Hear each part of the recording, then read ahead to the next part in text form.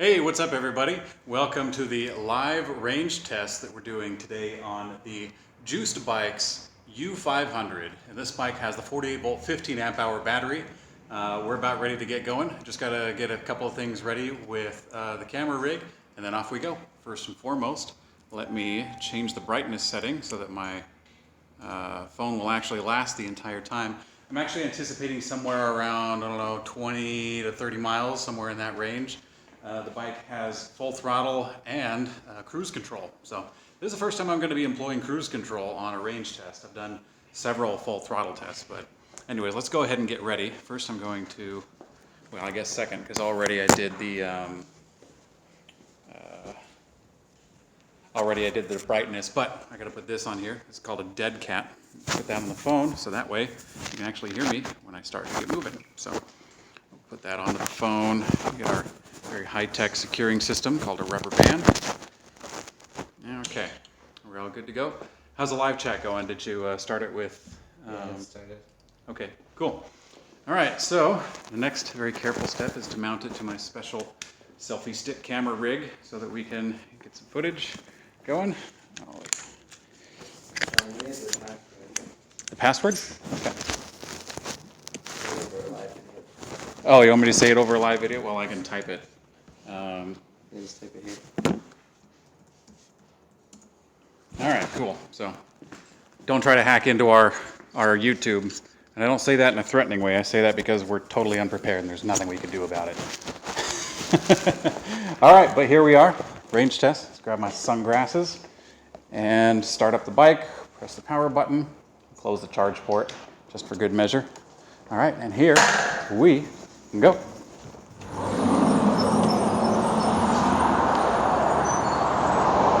All right, so give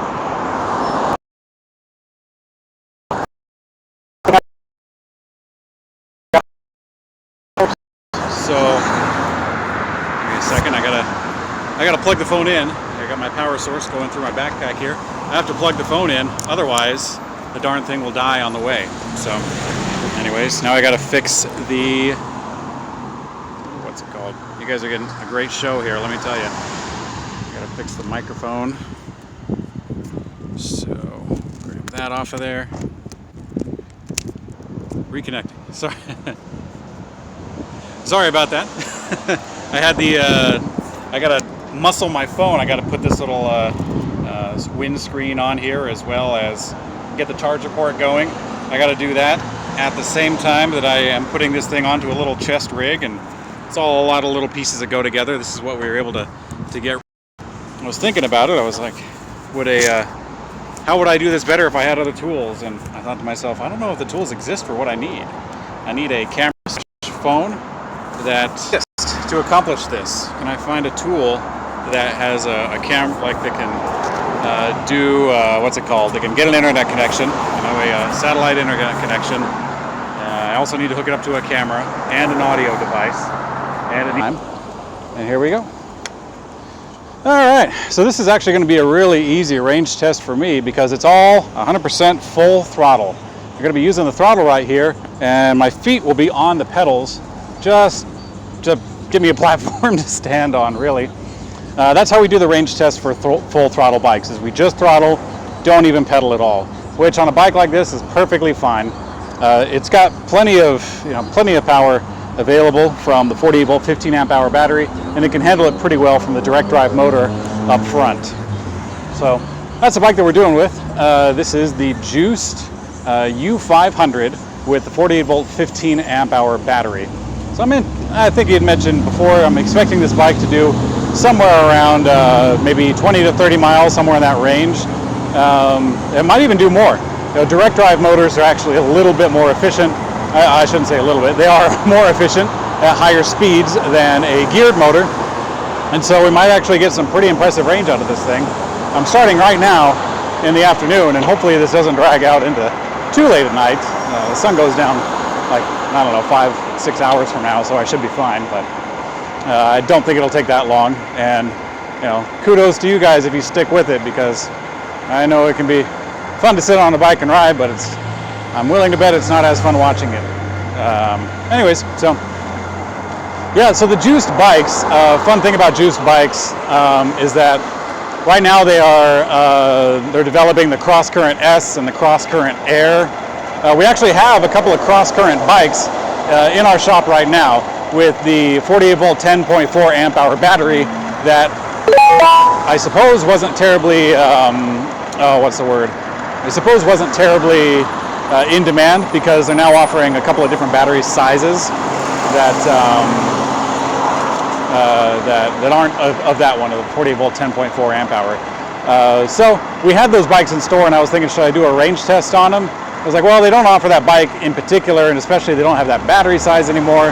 So I probably shouldn't because, you know, it's a discontinued bike essentially. And so doing a range test on a discontinued bike isn't exactly helpful. But we got this one. We have the Juice Bikes U500 with 48 volt 15 amp hour battery, and so that's what we're rocking right now. And so we're off, we're out, we're doing a full throttle range test, my personal favorite because they're not terribly difficult. Doing a larger range test on a pedal assist system can get tiring. I mean, I've done it before. I've done hours on a bike before. I work in the bike industry, so, you know, of course I'm familiar with them, so it's not all that bad. But anyways, throttle tests are pretty easy. Oh, right, it just occurred to me, I got cruise control. So the controls on this bike are pretty simple. Just like a regular bike, they got brakes, they have a shifter, a little bit in that in a minute. The throttle is on the right-hand side, it's a twist throttle. So you twist that throttle and then off you go. You twist it a tiny bit and then the motor will go a tiny bit, full throttle, and then you'll go to the motor's full maximum. On the left-hand side, you have a pretty basic display, about as basic as it gets without having nothing. And it just has these 4 red lights here to show you the battery level from low to high, and also one button for the cruise control, and then a little 48 volt icon or whatever you want to call it. Anyways, so after I get started from this light here again, I'm going to give it full throttle, and when I reach full speed, then I will hit the cruise control button, the only button on the control panel, and then it will maintain that speed, and then I can just keep going. I can let go of the throttle. I don't have to do much after that. And it's pretty relaxing. It can be a balance test if you try to let go of the handlebars and then off you go, just cruising along without pedaling or without twisting anything. And if someone were paying attention, like a motorist, it'd probably seem kind of fun or odd to see someone just cruising along without pedaling, without holding anything, just more or less sitting on a chair and flying at a very low altitude. It's kind of what it seems like to me anyway. Anyways, so here we go. I'm getting up to full speed. It doesn't take too much. Like I said, this bike has plenty of guts to it. So we're getting close to full speed. There is no speedometer on this bike. That is one thing that if you really are attentive to the details and you want to get a speedometer and an odometer and stuff like that, this bike doesn't come with it from the get-go. You'll have to get something and attach it to the bike, which, you know, it's fine. It works. You can get those aftermarket things for pretty cheap. You know, 20 bucks will get you one that's more than okay. You can even get a wireless one if you want, but I honestly, I prefer wired if it were me. Anyway, so we're at full speed. And here we go, we're gonna hit the cruise control button. Boom. It's got a little light on it to let you know what you've done. Man, am I at the wrong time? And here we go, we're gonna let go, bam. Here we go, we are riding the bike. Yeah, I'm riding the bike. It just goes and goes. So I'm not really pedaling. You can kind of see a little bit. My feet are stable and my arms are trying to balance. And off we go. It's a lot of fun. It really is. Make sure that you got some cat-like reflexes, because if the wheel starts to wobble up front, you really got to get control quick. And honestly, you probably shouldn't ride with no handlebars. I think every single accident that I have ever heard has been with someone riding without their handlebars. No, or hands on the handlebars. And now that I think about it, I've heard of a couple, but all the time you hear people say, oh, I got in a wreck. What happened? Well, I wasn't holding onto the handlebars, and then you just kind of stop paying attention after that because it gets so common. But anyways, but it can be done if you like to balance, if you're on like a nice smooth road or something that doesn't have a lot of traffic like the one that we have today. Then you might want to have some fun, practice around, go with no hands. You know, just don't do anything silly like dance, because then you're really asking for it. As if riding an electric bike that propels itself literally without any input from the rider. wasn't enough, then dancing while you're doing it would certainly push your luck. I'll put it that way. Anyways, so on the Juiced Rider, Juiced Bikes, U500, U500 with the 48 volt 15 amp hour battery is what we're rocking right now. So this has the 15 amp hour battery. They have much bigger batteries out there, very, very big batteries. Ones that eclipse the size of some hybrid cars even. Juiced Bikes has always been a really, really fun bike for us. Really fun bike company, I should put it that way. We actually initially started carrying what used to be called Juiced Riders with their the ODK. We carried the Juiced Riders ODK some years ago in our shop at Blue Monkey Bicycles back in 2013, 2012, somewhere around there. And we liked it a lot. It was really, really fun. We'd take it downtown, and we had the big, what's it called, rack thing on the back. Oh, this guy's turning. Maybe I'll get out of the way, let him through. Anyways, yeah. We had the big, cooler on the back and everything. And that cooler on the back was a lot of fun to throw some groceries in or something and strap it to the cargo area, and then off you go. We did that, a handful of times. It was fun. But there was one big caveat. At the time, Juiced Riders, now Juiced Bikes, at the time, Juiced Bikes had just the one bike. They just had the cargo bike that they got their start with. And it was a lot of fun. But the one thing that really made it difficult for us to carry, oops, I just pedaled a little bit, forgive me. Anyways, the one thing that made it really difficult to carry was the battery pack, actually. The battery pack on this bike, as well as the older one, is pretty hard to remove. You got to get under the bike and undo some Allen bolts and put a little bit of effort into it. If you're good at it, it might take you, oh gosh, I don't know, like somewhere around like 5-15 minutes, I don't know, somewhere around there. But nonetheless, that made it pretty tough to get to the end user here in Utah. Here in Utah, the temperatures get really high and they get especially really low in the wintertime. They get into the negative numbers just about every year in the winter. And up in the summer, it's really not all that bad. It's not like Arizona or anything. I think the highest, we had about a week or so where it got above 100. Nothing too serious, but nonetheless, if you store your battery in those extreme temperature conditions, I mean, it's not terribly extreme, but if you store your battery in too hot or too cold of weather, too cold being below about 40 degrees, too hot being above about 100, 110, somewhere around there, if you store your battery in those conditions, then the longevity of the battery is actually compromised, and it won't last as long. And so because of that, for us to get this bike to a customer who in a lot of cases doesn't have a heated garage or is not going to take the bike all the way inside of their house or apartment, they're going to leave it outside in the shed, in the garage, or maybe even locked up out in an apartment building or something, without being able to remove the battery quickly and easily. Honestly, it was pretty tough. So we got a couple of we got the Juiced Rider in a long time ago. We liked it. We sold it to a very qualified customer, and we decided actually not to bring them in for quite a while until very recently. And now very recently we're starting to expand our business and our offerings and such. And as a result, we got a few bikes in, the Juiced the Juiced U500 that I'm on right now. We also got 2 cross currents. We got the regular cross current step through, and we got the regular cross current step over. So we got those 3 bikes in, and we've been riding them around ourselves. We've been testing them out. We like them a lot so far. They're a lot of fun. If you'd like, let me know in the comments section if you think that I should do a review on the cross current. Keep in mind that the cross current that I'll be reviewing, or the one that we have in store, is actually a discontinued model. It's the regular cross current. The other cross current is the cross current S, which includes a handful of other awesome features, lights, fenders, rack. I don't know a whole lot about the rest of the mechanical components, and I think it comes stock with like a larger battery than the other ones. They also have the cross current Air. So if the cross current is the one that we have, they got one better, the cross current S, and they have one a little worse, cross current Air. Cross current Air has a smaller battery, if I remember right. That's about all I know about it. It looks extremely similar to the cross current vanilla cross current or whatever you want to call it. So anyways, like I said, the bike that we have is discontinued right now, so it's not terribly helpful. But if there's enough people who really want to hear a review on it, I'll go ahead with it, even though it's not a future bike that people are really going to be seeking after in its specificity. So that is one thing about the electric bike market that I've learned is people love their specifics. They want to know how far, how fast, how much. They want to know the tooth count of the gears.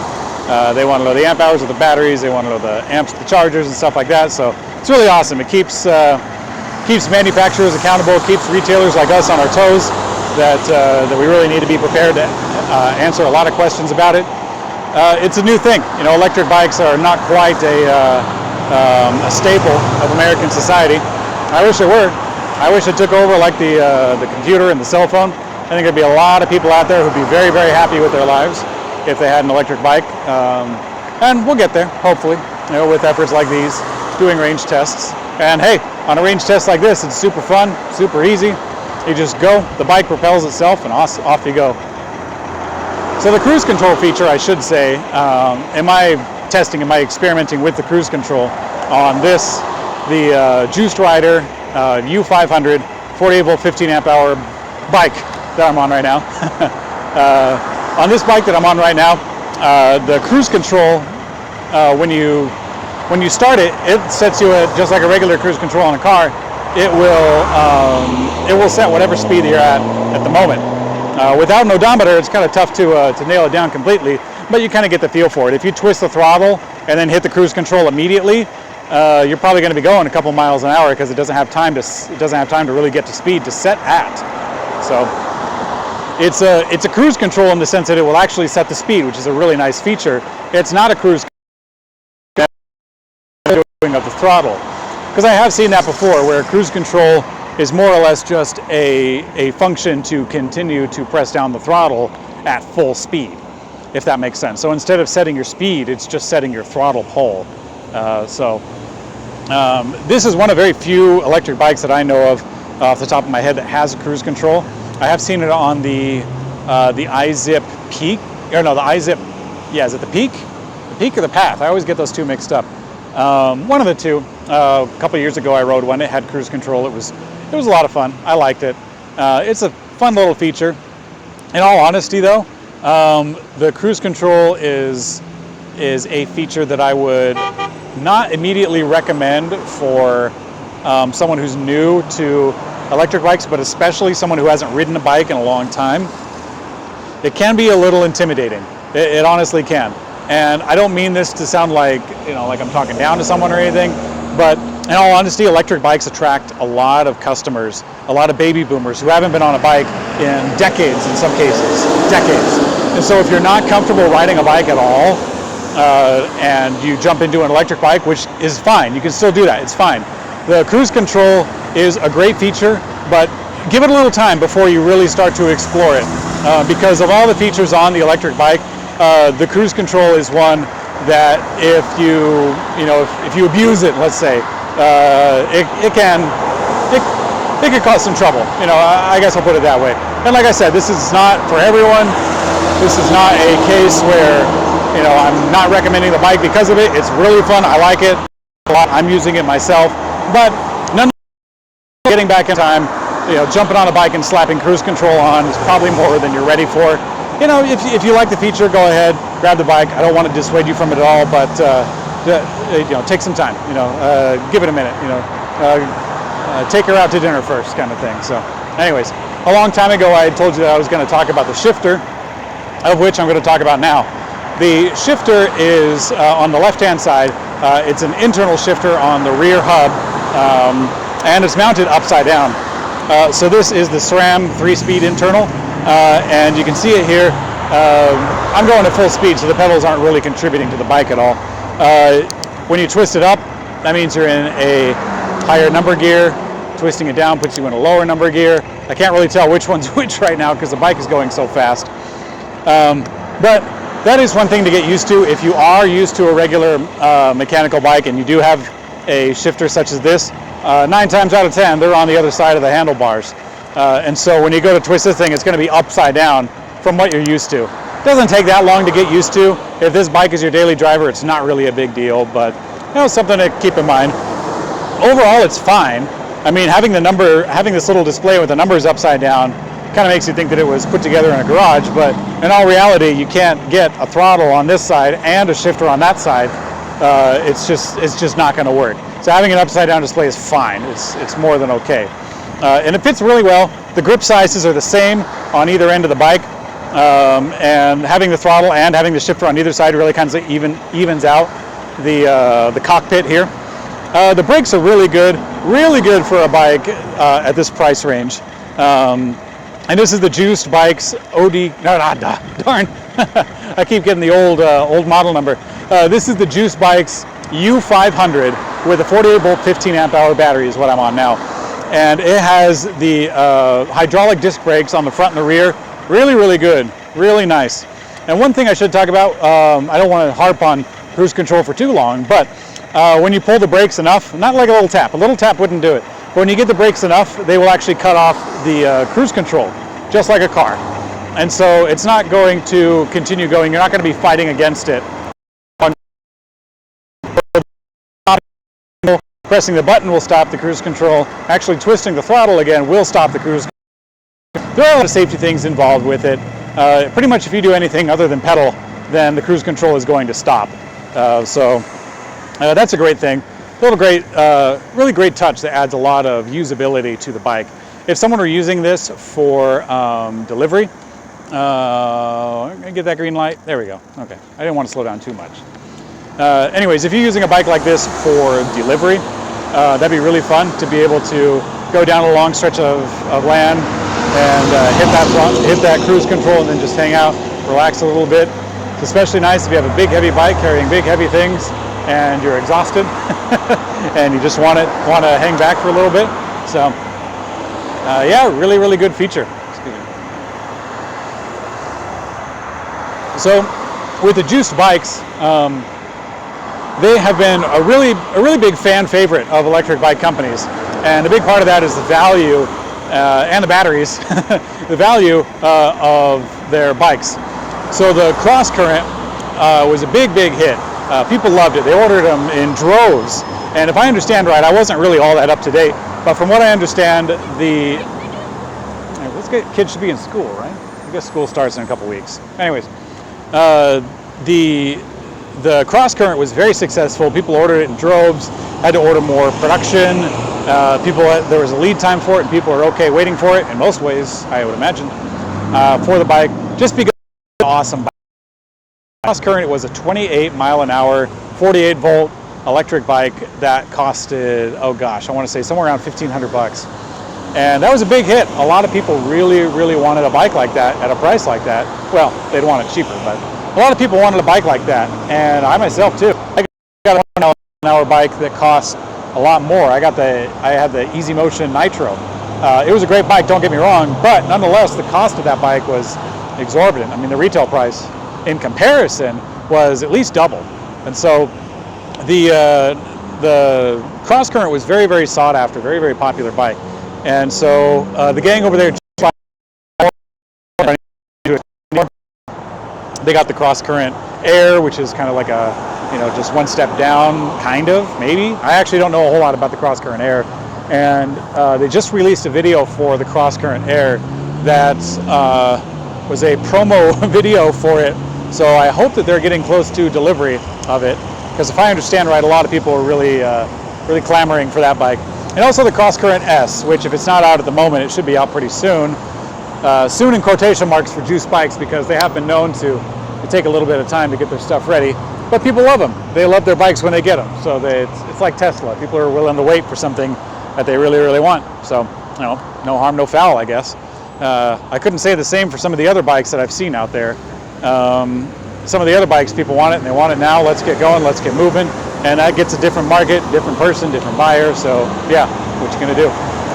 Anyways, the Cross Current S has more mechanical features, more creature comfort kind of thing. And if I understand right, it has a bigger battery.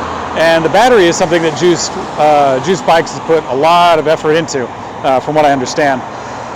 Back in the day, they were rocking the 48 volts, I want to say 21 amp hour battery on their ODK, which was huge. It's the biggest battery that I had seen in the market without going custom. Because custom you can do whatever you can fit. But for a production bike, it was very, very large. And if I understand right, they have something bigger than that now on the bike U500. And they also have, guys really pushing it, huh? They also have a larger battery that fits into the down tube mount. So if you've seen the Juiced Rider, if you've seen the Juiced Bikes cross current, either the S or the cross current Air or just a plain old cross current, if you've seen those bikes, you've seen that it has a down tube battery, where the battery mounts inside of the down tube, kind of swings out from the side in a black case that kind of sticks up out of the down tube. There's a handful of other bike companies, I shouldn't say a handful, there's a lot of other bike companies using that same mount, meaning that they're using the mount on the bottom of the bike, the down tube of the bike. But the case, the actual case that holds the cells that clips in, the part that you take out and such, that case is something that Juiced Bikes has a larger size of that I haven't seen anywhere else. I want to say they designed it, I don't know for certain, but with the help of the battery case manufacturer, which is Rinshin, by the way, outside of Shanghai, if memory serves me, they have a larger case. So Juiced Bikes has a larger case that can fit a lot more batteries. So even on a bike like the Cross Current that has a smaller mount, you can fit a very tall battery case in there that can fit a lot of cells, a lot.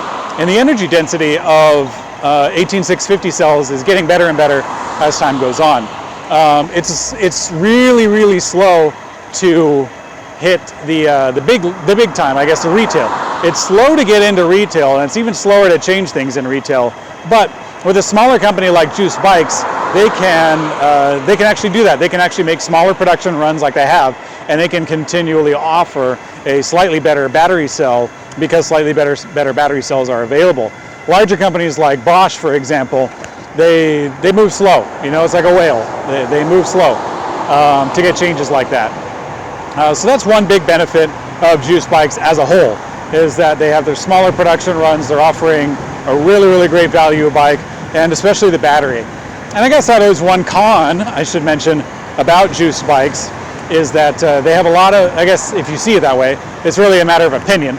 But in my eyes, they have a great battery. They have a really good battery system with the down tube mount. That's a really good mount, easy to service, with their bikes that they offer at an excellent, excellent value. However, as a bicycle, and I'm not talking about the electric system, as a bicycle, they're not the best. You know, I'll put it that way. They're not the best bicycle out there. And that's where things get really, really fuzzy, because the person who's buying an electric bike obviously is not, obviously is looking for something that's different from a conventional bike. If you wanted a regular conventional bicycle, they've been around for a while, and you can spend as much as your wallet, is deep on a conventional bicycle, and you can get something that's super awesome, easy to pedal, etc., etc. And so the electric bike buyer isn't really buying a bicycle. A lot of them are getting into biking for the first time. And so having a really, really nice shifter, having really nice brakes, having a really nice gear set on the back, all of that are features that a lot of electric bike buyers aren't really going to utilize in a lot of cases. And so there's a lot of back and forth to this, because on the one hand, a lot of electric bike buyers are going for the battery. They're going for the electric system, and I don't blame them in the least. I do the same thing. And a lot of the bike manufacturers, High Bike is one of them. What's another ones? I'm trying to think of guys that have really good bikes and really good electric bikes. BH has really awesome racing bikes, and they also make easy motion electric bikes. They have really awesome mechanical systems. They get their bikes outfitted with really good components, and they're really, really proud of their split pivot, award-winning dual suspension design for their electric bikes too, that they have it on. And honestly, a lot of people may or may not be looking for that, So the electric bike buyers, I should say. But on the other hand, you do have a bicycle, nonetheless, you have a two-wheeled vehicle, bicycle system that is going 20 miles an hour or sometimes more, that's going faster, that weighs more, that has a rider on it that's not quite as experienced in many cases. And so should they have really nice components for safety reasons, such as brakes or such as a shifter that's not going to get clogged up on anything, should you have a shock on there so that it doesn't interfere with throwing the person off or things of that nature? I don't know. I really don't know. I'm going to take a second and I'm going to check, make sure this is still recording. We're still live. Hey. I'm getting messages on my phone, and I'm not sure if that's home base telling me that the thing stopped recording, because that actually happened once when we were doing the Ojo review. We were testing a scooter out on the river trail, and as we were testing it, I lost signal on my phone because I didn't have it set for no Wi-Fi. I still had the Wi-Fi setting on, and so I passed like a McDonald's or something like that, and it was trying to look for Wi-Fi, and as a result, that threw me off of the live feed. So anyways, we're still going, still rocking, so, which is good news. I really didn't want to have to think that I rattled off for the last half hour to nobody. Anyways, so yeah, I was talking about the mechanical components and about how where's the line between the two? Where's the line between offering a product that is usable, that's fun, that's safe, that's powerful, that gives people what they want, and where's the line of affordability? Because hey, the cost has to come from somewhere. It really does. Anyways, I didn't want this to get into a tirade, especially about one like, oh, you need to buy a really expensive bike or something like that. Because honestly, I don't mind. If you bought a bike that was, $10, I'd be fine. I would sell a bike that ran on. I would sell a bike that ran off of pig poop if it were me. But yeah, electric bikes are a lot of fun. Let's take it back just a little bit. Talk a little bit more about the features of this great electric bike, which, if you're just tuning in, this is a live range test for the Juiced Bikes U500. And so the Juiced Bikes U500 is a platform that they've actually had for a while. It used to be called the Juiced Riders ODK, and you'll probably hear me slip up and call it that a few times. This is a cargo bike. I guess you could classify it as a light-duty cargo bike because it can carry lots of stuff, don't get me wrong, but the wheelbase isn't really, really long, and the cargo deck is not super long, such as, like like the Yuba Mundo, or like the Urban Arrow, or like the Felt Brew Hall, some other electric cargo bikes. Those things are big. They're really big. This one is not really big. This one can still fit onto like a rack for a bus if you have like a little adapter. You could, if you really had to, you could probably cram this into a car. You probably have to take off a few parts, but it's certainly possible. So it's not a huge honking monster, but it does weigh a lot. The back area is pretty stout. It can carry plenty of weight, but because of its smaller deck, you're probably going to be carrying an appropriate amount of weight for what you can fit on there, unless you're carrying lead bricks. So it's a good cargo rack. You can get the little freezer cooler thing that we got for it. Well, we got that a long time ago for the bike that we had. We don't have one at the moment. And you could totally do pizza delivery in that thing in an urban dense environment. That'd be fun. I've actually thought about doing that during the slow season for electric bikes, which is winter around here. And the cargo rack, you can also get a handful of other accessories, a basket for it, lots of fun stuff. And you can carry even a person on the back, which is really great. I don't know if they have like a set of handlebars or like a pad off the top of my head. They're not hard to find, honestly, and they're all universal. If you see a pad for like a Yuba Mundo or a Pedigo Stretch, you could totally slap it on this bike. It's no big deal, and it'll work. It'll be just fine. Or you could just get a pad and a couple of straps, bungee straps from Harbor Freight, and then call it good.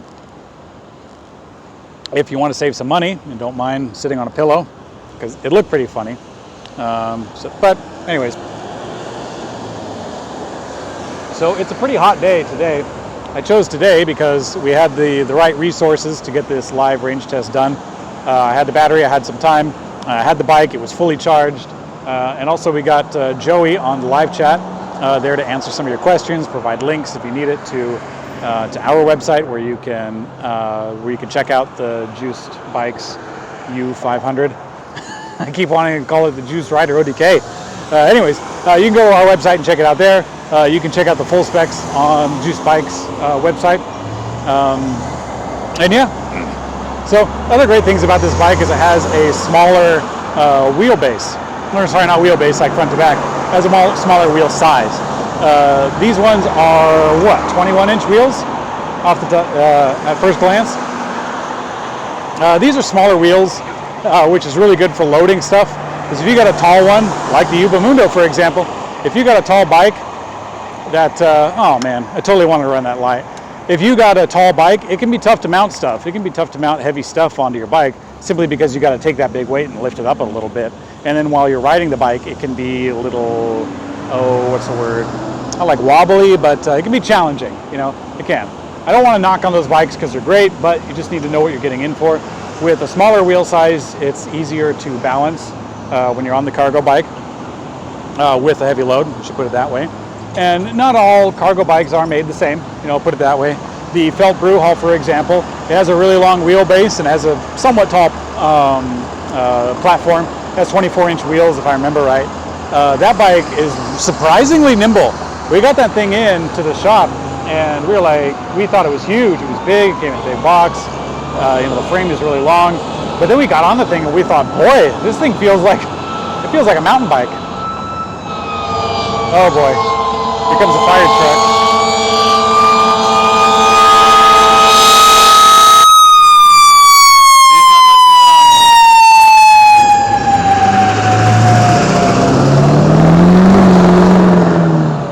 Anyways, the Felt Brew Hall, another electric cargo bike.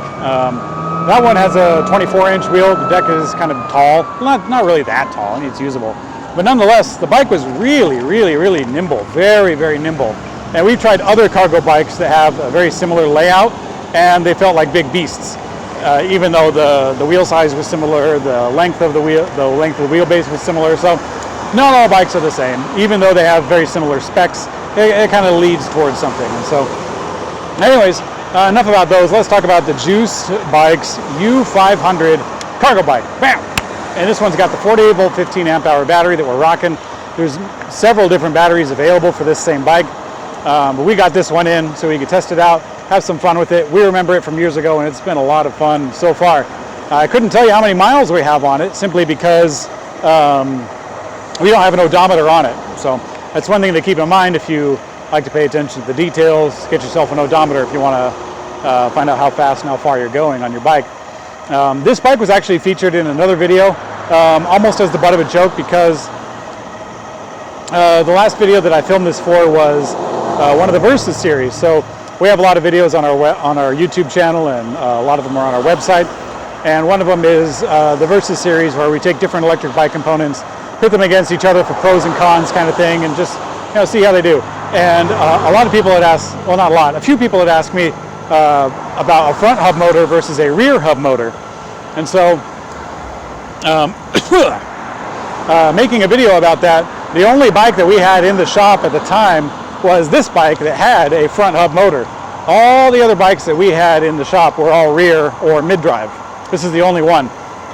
And there is a reason for that. If you go watch the video, you'll check it out.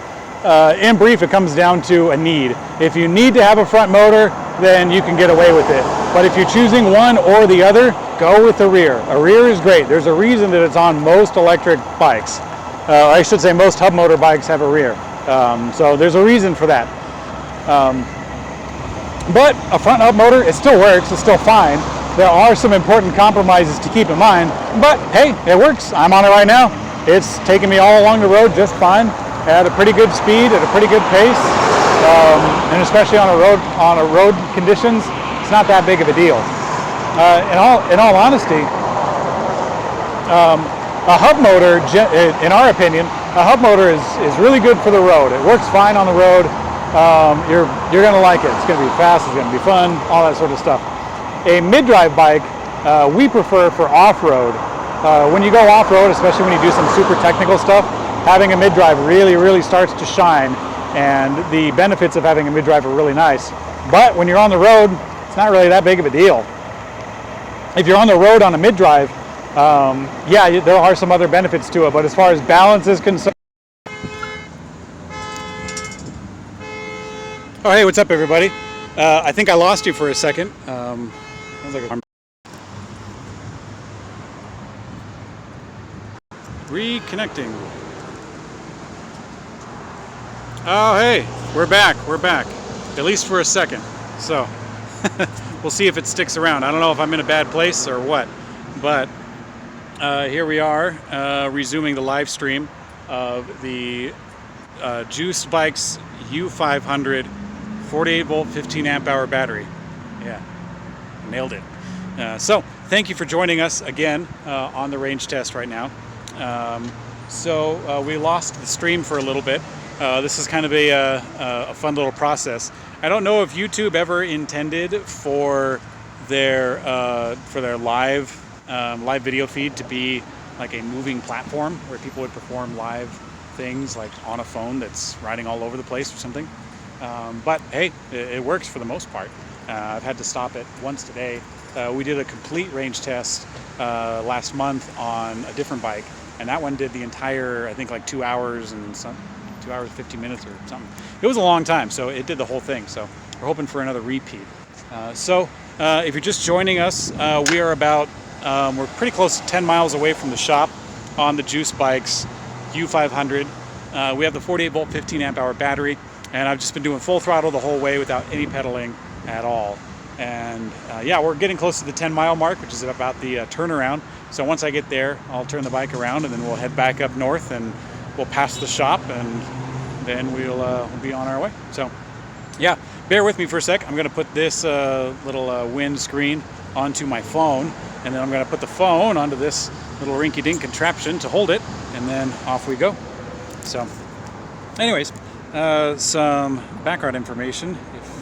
If for some reason you're just joining us, we do range tests from our store on electric bikes in real time on the real road, without any kind of what's the word, like I want to say anything compromising it. We do the same route with the same rider. You're looking at him. The same route with myself on the bikes, up and down the main drag here in Salt Lake Valley, over and over and over again until the battery dies. And that's an independent test that we do to show people how far that electric bikes actually go. Because if there's one thing that for some reason a lot of people are hesitant to state on their own websites is actual data on how far their bikes go. And I know why. I realize why. I guess I shouldn't say I don't know why, because I totally do. A lot of the manufacturers are hesitant to post that information because it could lead to some issues. Some people would say that it's false advertising, or they would say, oh, you promised me that the bike would go that far and stuff like that. So I don't blame them entirely for not stating how far their bike would go, but they don't have any examples, which I think could be helpful if they said, hey, one time we rode it and it went this far, and then maybe we did it another time, something like that. They don't have anything quite like that I've ever seen. Some websites have like a little scale, like, you could go maybe this far, up to this many, as low as that many, if that makes sense. Kind of a range or a band or something like that. A lot of them say that our bike will go to the moon and back and stuff, and I get it. They're making a little brochure, and they want their bike to sound amazing and everything like that.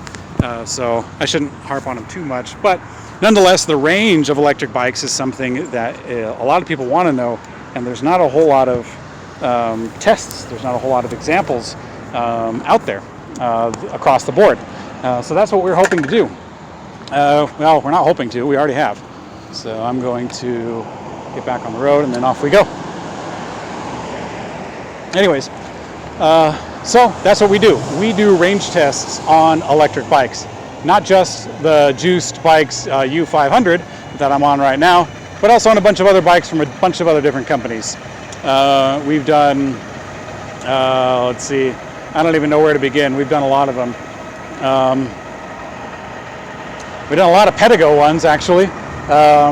We started doing range tests actually a couple of years ago with the Pedigo bikes. It was actually the first one that we did. It was a 48 volt 10 amp hour battery on full throttle. I remember that.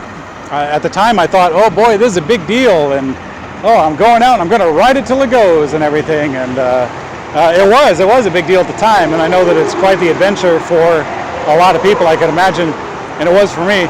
But now that I've done it so many times, it's almost like another day at the office for me. So we're going to turn around here at the Ramada Inn.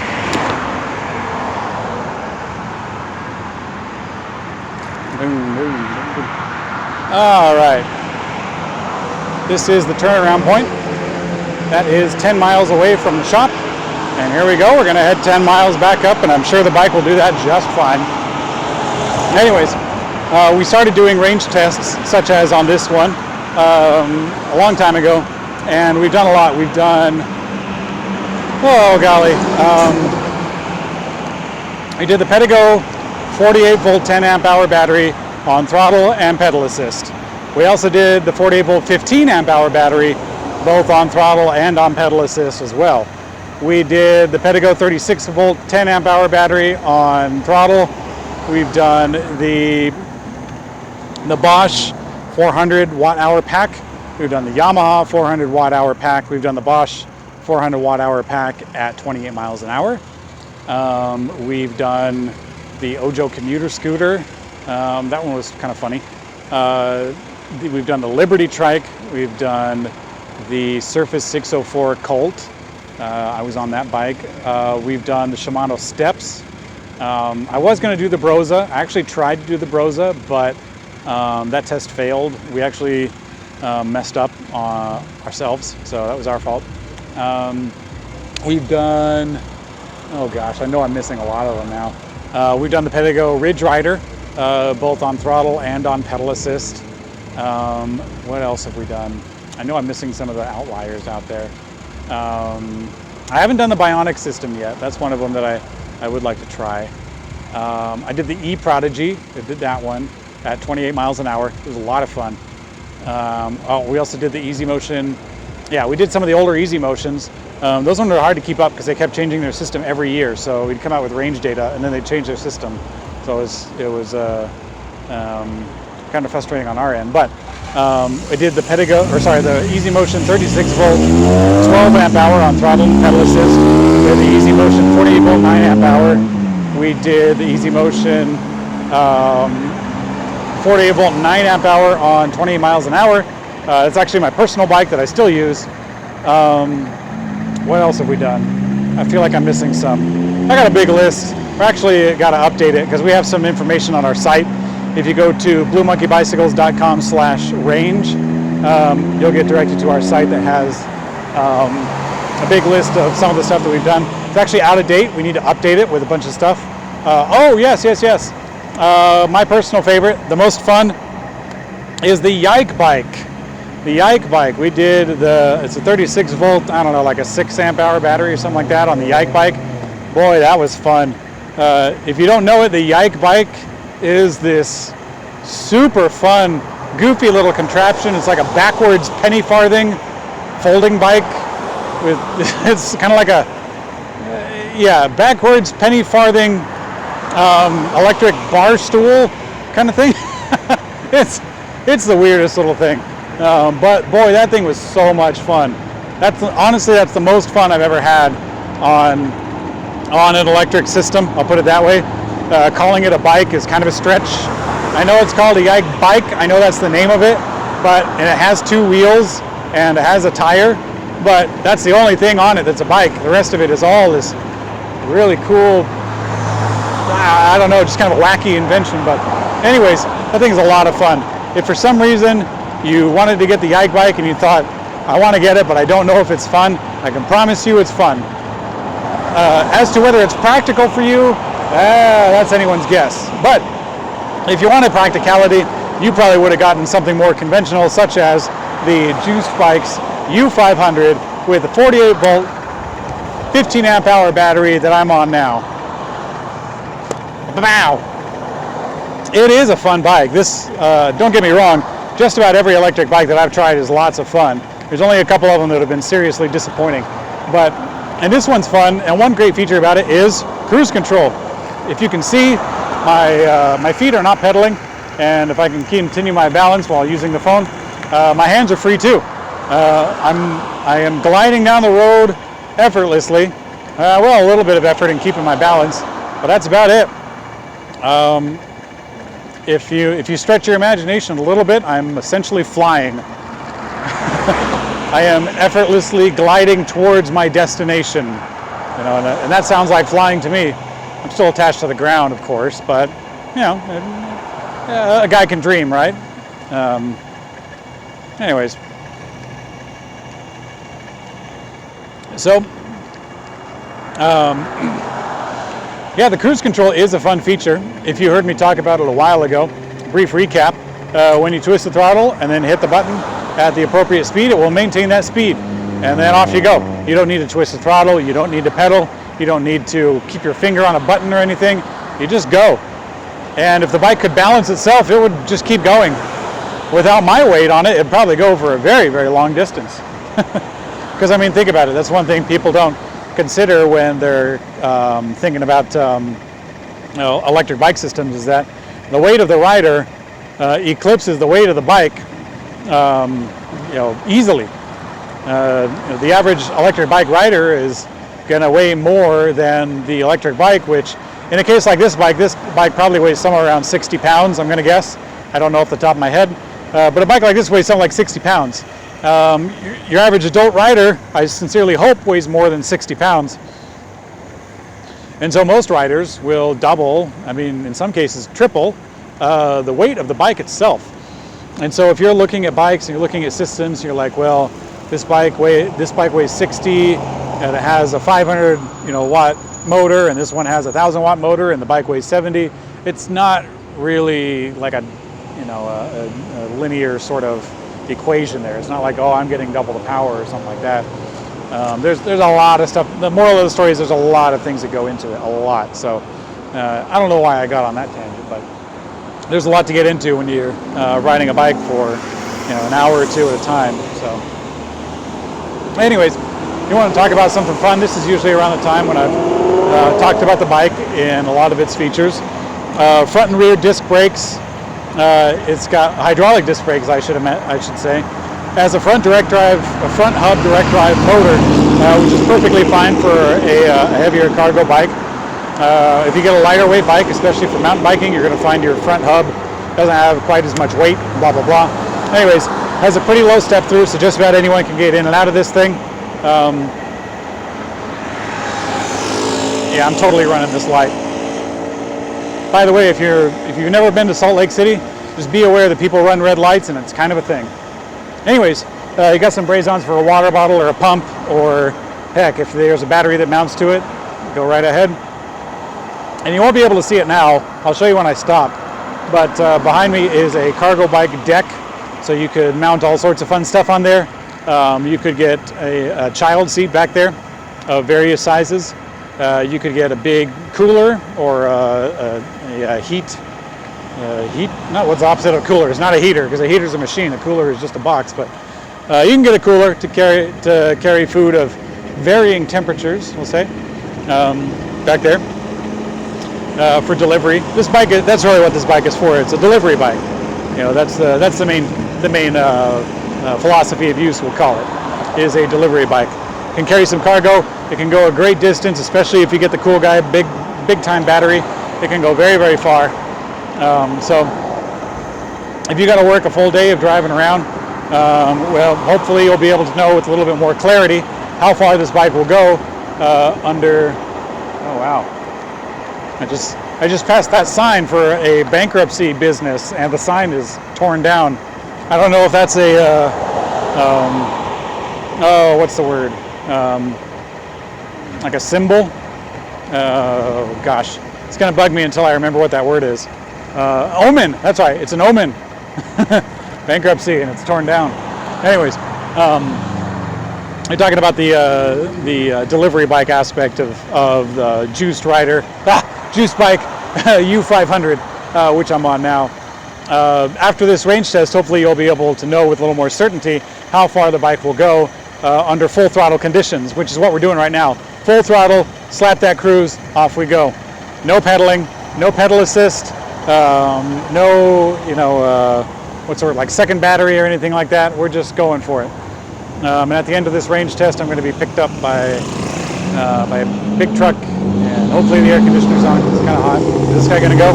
Go, dude.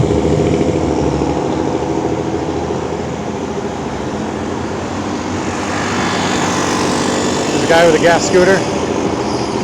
I rode one of those, a gas scooter anyway. I rode a gas scooter for the first time last week, and it was fine.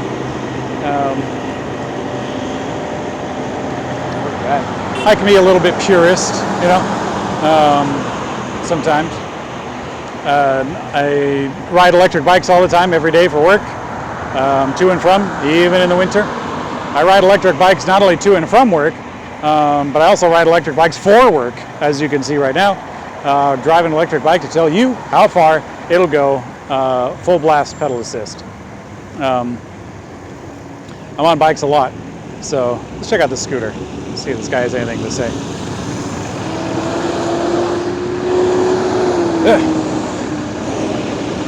Okay, here's the bike. I see it there. Maybe we'll start here.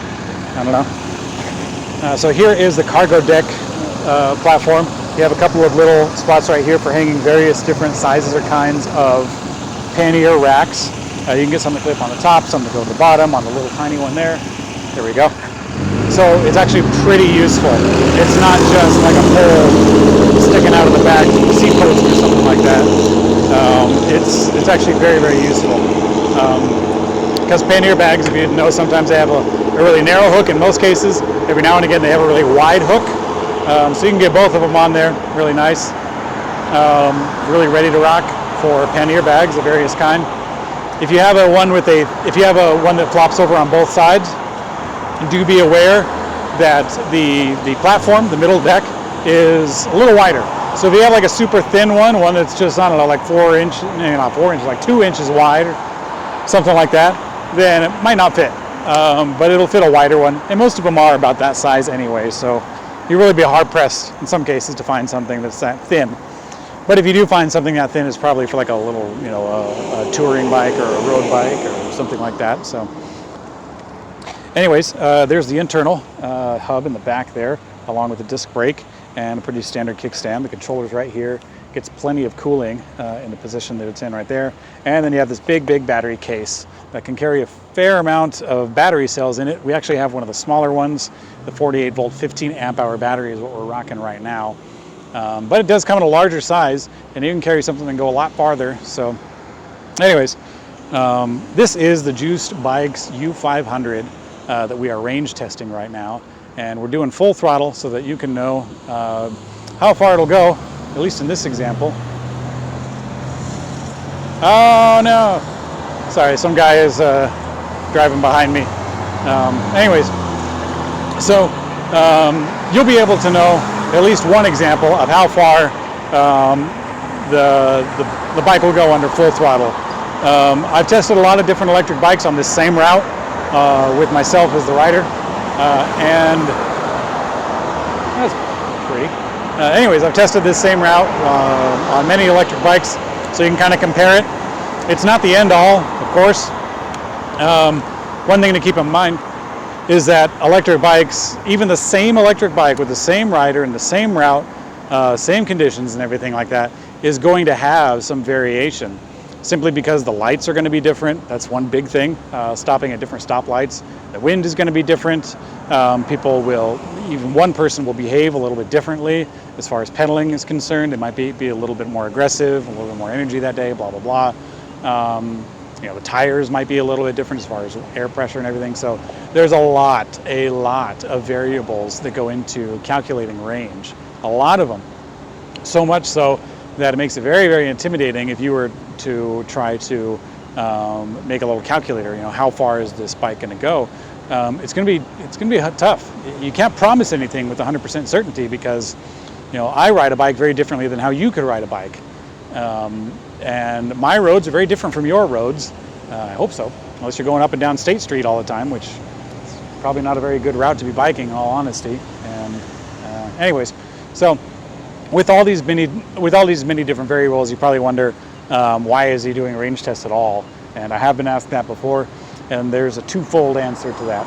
The first one is I want to be able to look someone in the eye and tell them, you know, I know that this bike can do 20 miles of range. You know, I know that this bike can do 30 miles of range or something like that. How do I know? Because I've done it. I have tested it. Yes, it's possible. Yes, this is what we have experienced. You know, take it for what it is. And that's the first part of the reason why. The second part of the reason why is because I feel like we're in a pretty good position to do so. At our electric bike shop, we have a lot of different electric bike brands. We are not a branded store for Trek or Pedigo or Specialized or Easy Motion. I don't think they have that for Easy Motion, but we are, you know, we're not beholden to anyone. We do want to sell bikes, of course, so it's not like I'm going to get on a bike and be like, you know, oh, this bike is amazing, it'll go to the moon and back, and you know, et cetera, just because I want to sell a bike. You know, that's one reason why I started doing range tests live, so you can see it in real time. This is what we've been able to experience. In the retail side of electric bikes that we do, very much consider ourselves very much like the consumer. We want to know how far the bikes will go. We want to know how much oomph they can have. We want to know, you know, how much they cost, and we want those costs lower so that we can provide them to more customers, et cetera, et cetera. You know, people have the idea that the retailer is like a bad guy, that we're like the, you know, just some cash grab middle manager, or no, what's the word? Middleman. Yeah, not middle manager. That we're just like some cash grab middleman or something like that. And that's not really the case. Well, I hope it's not the case for all of them, but at least for myself, I don't feel like that's the case. At Blue Monkey Bicycles, we try to provide a value that other shops may not. We do range tests so we can show you how far different electric bikes will go. We make a lot of educational videos for electric bikes. It's all retail stuff, nothing terribly, conversion oriented. You know, so we'll talk about different components and stuff like that, and the differences between them from a production perspective.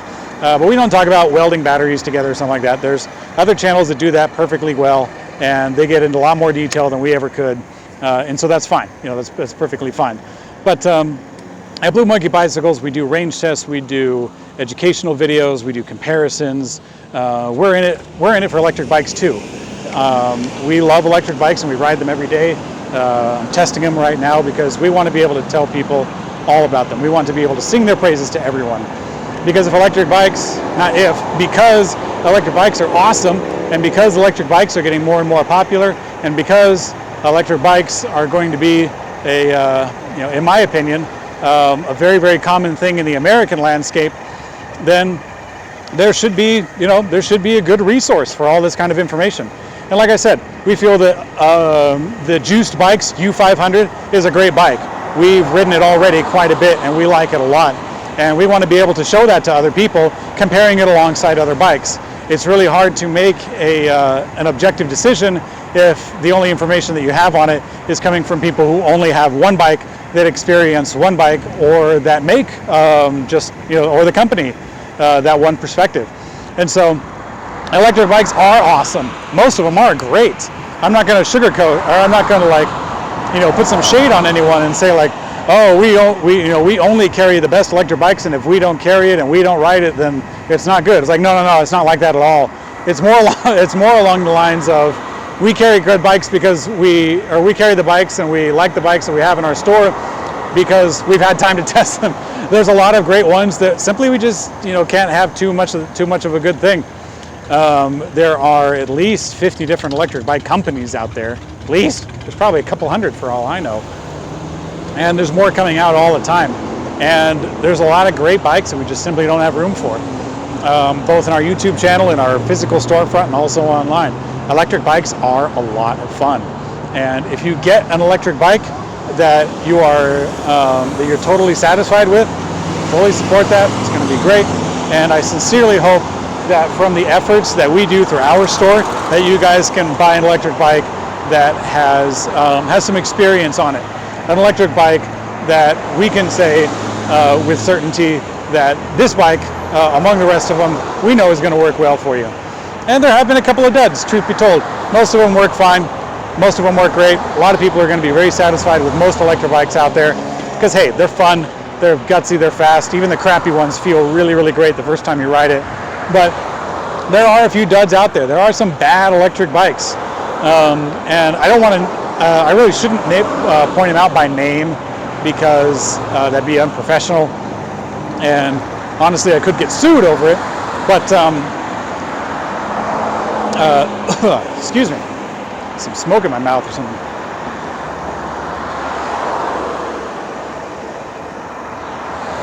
There we go, boom. Anyways, like I was saying, there are some duds out there. We've tried a few of them, but a lot of them come from companies that don't really have a lot of traction. I'll put it that way. I'm not going to name anyone, of course, but we have seen it before where a company will come out with some electric bike that is very new to the market. The company has little to no experience in electric bikes or bicycles for that matter, and sometimes they don't even know much about retail or online retail or anything, and they just try to pawn off these cheap bikes that they found. That's actually a little more common than we'd like to see, but that's really one of the first big things. And I'm going way off the rails because I should be talking about the Juice Bikes U500 with the 48 volt 15 amp hour battery that we're on right now. But I'm off on a little tangent, but I'll wrap it up soon and then we'll get back to the bike once again. Because I know that a lot of you guys watching this video aren't going to tune in for the full 2 hours or whatever it takes, and I don't blame you in the least. So here's a quick recap. We're on the Juice Bikes U500 with the 48 volt 15 amp hour battery. We're doing a full throttle range. We're doing a range test with full throttle, and we got the cruise control set, so it's super easy to just fly down the road, and I'm actually having a blast. It's a lot of fun. And I was off on a tangent talking about some of the cheap bikes that you see coming out, and I think that that's really one of the biggest, easiest things that I would point out. If you're looking for a cheap electric bike,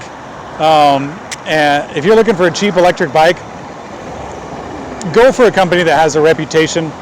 That's the first and easiest things to see. If there's a company that promises a big thing and no one knows about them, no one's heard of them, no one's heard about their older models, they don't have any older bikes at all, no one's ever done a review on any of their stuff, and it's a company that just, boom, popped up with crowdfunding out of nowhere, I would take it with a grain of salt. I would take it with a very big grain of salt. And this shouldn't be news to anyone.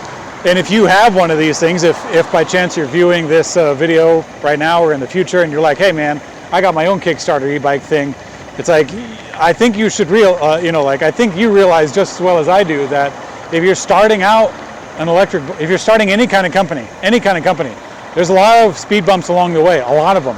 And if you're providing a transportation product, the speed bumps that you're going to encounter are going to be like delivery, service, parts, getting everything together. It's going to be tough. It's a tough ride. And so with that ride, unfortunately, there's just going to be a lot of unsatisfied customers. And that's just the way it is.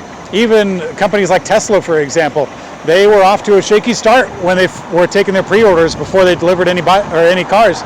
Tesla was off to a shaky start. Everyone was hating on them, saying they would never deliver cars.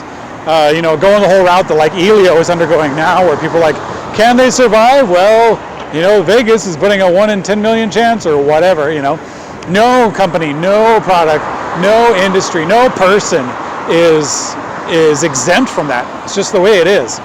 And so getting a good electric bike, the first and easiest thing that you can do is just find out how long the company's been around. I mean, even aside from the bicycle itself, which is a whole nother ball game, just find out how long the company's around, how long they've been in it, how invested are they in this industry, in this product, and everything like that. And being able to discern that, you're off to a great start, a huge great start. So with that, I would proudly tell you about the history that Juiced Bikes has in the electric bike market. And I can tell you because I actually just watched their little video that they made. but aside from just being able to repeat the video, we do have some experience with Juiced Bikes. It spans back a few years. So Juiced Bikes is very well known in certain spheres of the industry for offering a very cost-effective bike. We'll put it that way. The bikes have great batteries, good top speed at a great price, and they have a very high demand for their bikes. Very high demand. And so with that in mind, that's the way things are right now. And they have a handful of bikes to offer. They have the Cross Current S, the Cross Current Air, the U500, the U350, which actually uses the same frame. It's just a different battery, I know that. And perhaps a few other, the motor is also a smaller motor, from the 500 watt to a 350 watt. They also have the Ocean Current. I'm not sure if that's out yet, or if that's coming out. It's hard for me to say. But anyways, juiced bikes, that's the state of the company now, as far as I understand. Just a quick little recap. Before they have all the offerings that they had now, they had the Cross Current, which was a really, really, really big hit, a very big hit. I'm pretty sure it far exceeded their expectations as to how well it would do. Before they did the Cross Current, they had this bike. At the time they were called Juiced Riders, and they had the Juiced Rider ODK. The Juiced Rider ODK is more or less the same bike that I'm on now, just a couple years older. And we got one of those in our shop at Blue Monkey Bicycles back in 2013. We had the Juiced Riders at the time. now I'm getting cross-contaminating my terms. At the time, the Juiced Riders ODK, we got it in our shop back in 2013. So there's already, a few years in the industry, which is more than those Kickstarter companies can tell you. But they had their bike back then, and we liked it a lot. The only problem we had with it is battery didn't come on and off the bike very easily, and so it was hard to provide for a customer here in Utah, where the extremes in temperature can degrade the battery cells really fast if you store the bike in an unheated garage or something like that. So it was hard to recommend in that respect, but it was a great bike outside of that. We liked it a lot. Perfect little delivery vehicle. I think it'd be great. Really, really great system for a lot of people, even here in Utah. But at the time in 2013, electric bikes were still getting their wings. I guess I'll put it that way. We had a lot of people at that time who were asking us what an electric bike was. They would come in our store and they'd say, "What in the world is an electric bike?" And then we'd say, "Well, let me tell you." But now electric bikes are more of a household name. There we go. Electric bikes are more of a household name than they were a few years ago. Juiced Riders has also come out with a lot of Juiced Bikes has come out with a lot more stuff. But aside from that, one important thing to know is that Juiced Bikes is a pretty lean team.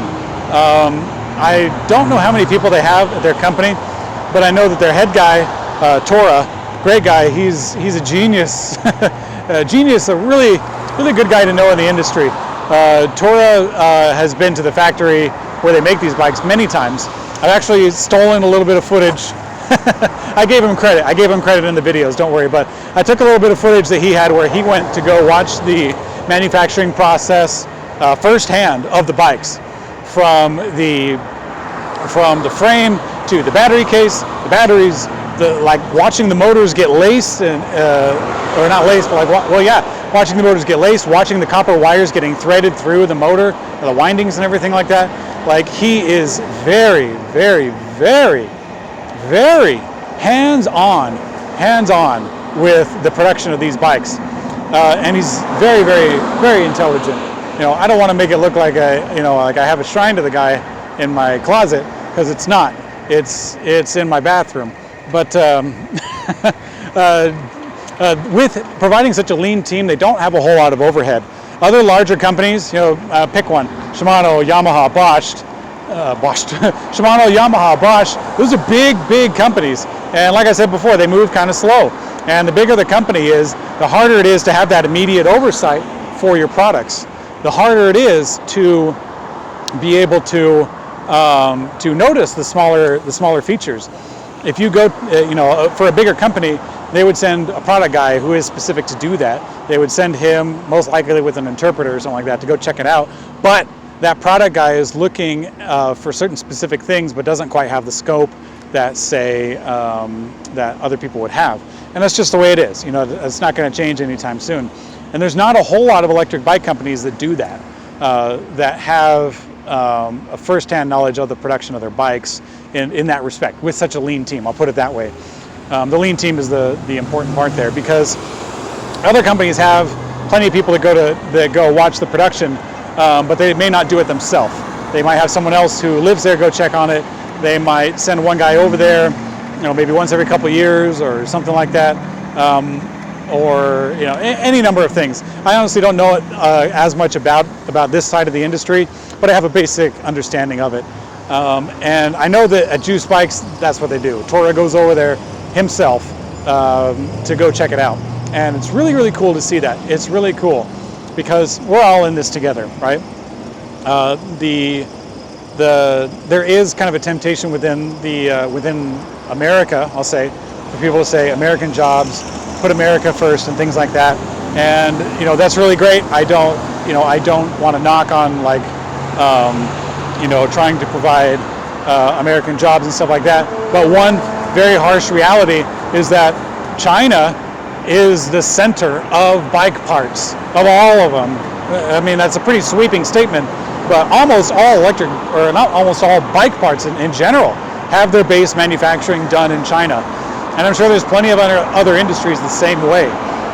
And so if you want to provide a 100% American product, then you're going to have to find 100% American parts. And let's face it, it's tough to, holy moly. I think that bus thought he was a lot smaller than he really is.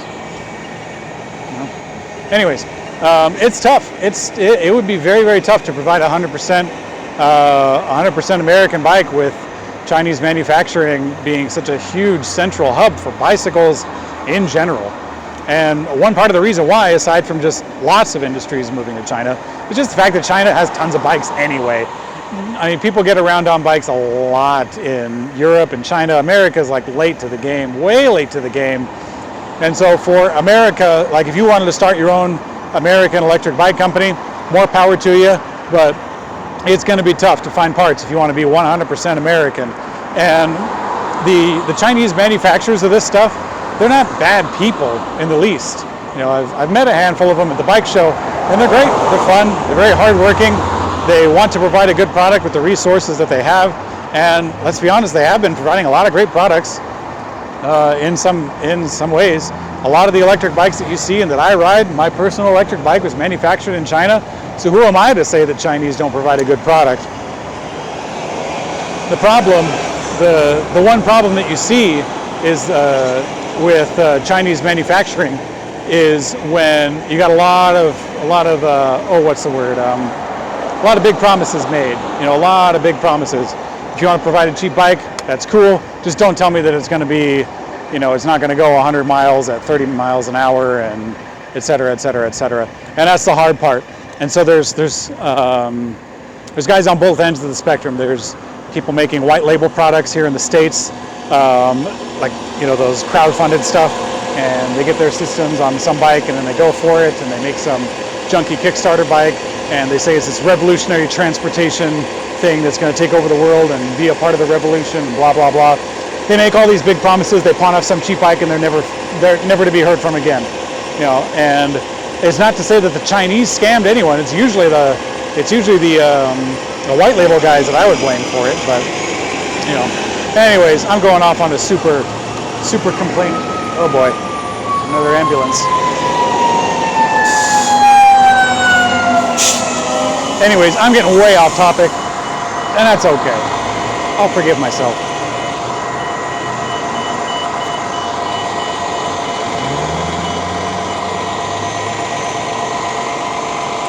I should be talking about the bike, because the bike is the Juice Bikes U500, 48 volt, 15 amp hour. Get a little practice and I'm good. And it's a great bike. It really is. The Juice Bikes is... I'm not going to go anywhere. This guy's going to be here for a minute. Here we go. Right into the red light. Awesome. Anyways, at least I don't have to deal with the smell.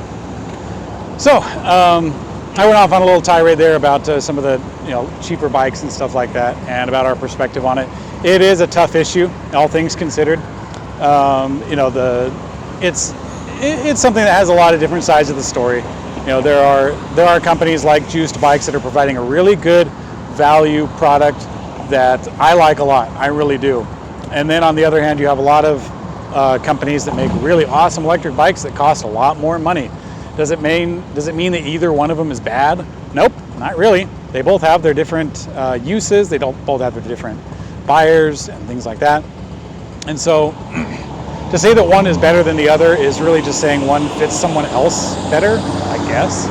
It's like a pair of shoes. Is size 8 better than size 7? It's like, well, I don't know. If it costs the same, not really. And I guess with shoes, that's a good example because they don't cost the same. At least between those two. If you got like a huge, size 18 or something like that, then you probably need custom. You know what I mean.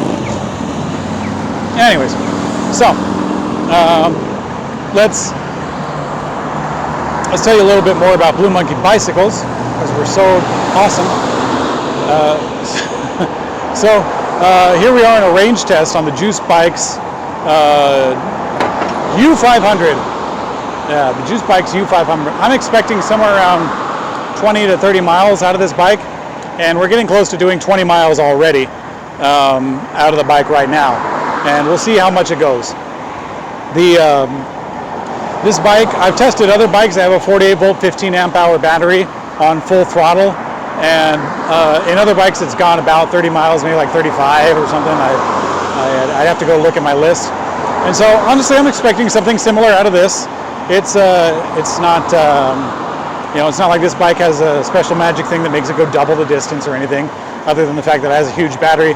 That's about it. It's still a bike. It's still got 2 wheels and 1 rider. So the range test that we do out of our shop at Blue Monkey Bicycles is this one is one of many that we've done on this same route with various electric bikes and modes and batteries and things like that. So the purpose of it is to give people one example of how far an electric bike will go under I guess not extreme conditions, but under what's the word, like a full power conditions, we'll call it that. So we got one rider. I weigh 180 pounds, somewhere around triple this bike, and I ride each bike same route every time at full blast. If that's full blast, pedal assist. So I crank up the pedal assist the entire way, and then I just get riding. Or in this case, full throttle. So I just sit on the bike and twist the throttle, and then off I go. And so the test is to show you kind of like not so much a minimum, like we're not promising you're going to get that much range or more, but just one example of what it does under high power usage. So that's the point. That's what we're doing here on this range test. And if you want, you can go to bluemonkeybicycles.com/range, and you can check out the rest of the tests that we've done. I need to update it because we have a lot more systems to put on there. Things like the Shimano Steps or the 20 mile an hour Bosch. I think that one's new. We did the Surface 604 Colt last month, and right now we're doing the Juice Bikes U500 48 volt 15 amp hour. Booyah! So it does have a display, and this is something I talked about in the previous video, but the video is like 2 hours long, so I'll recap it. So here on the left-hand side, you can kind of see, I'll do my best to point the camera.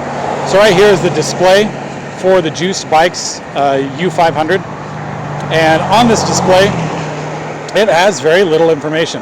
It has a cruise control button, and when you press it, the button lights up. Oh, I gotta press it again because the red light. And it shows you 4 little red dots. Those 4 little red dots are your battery level.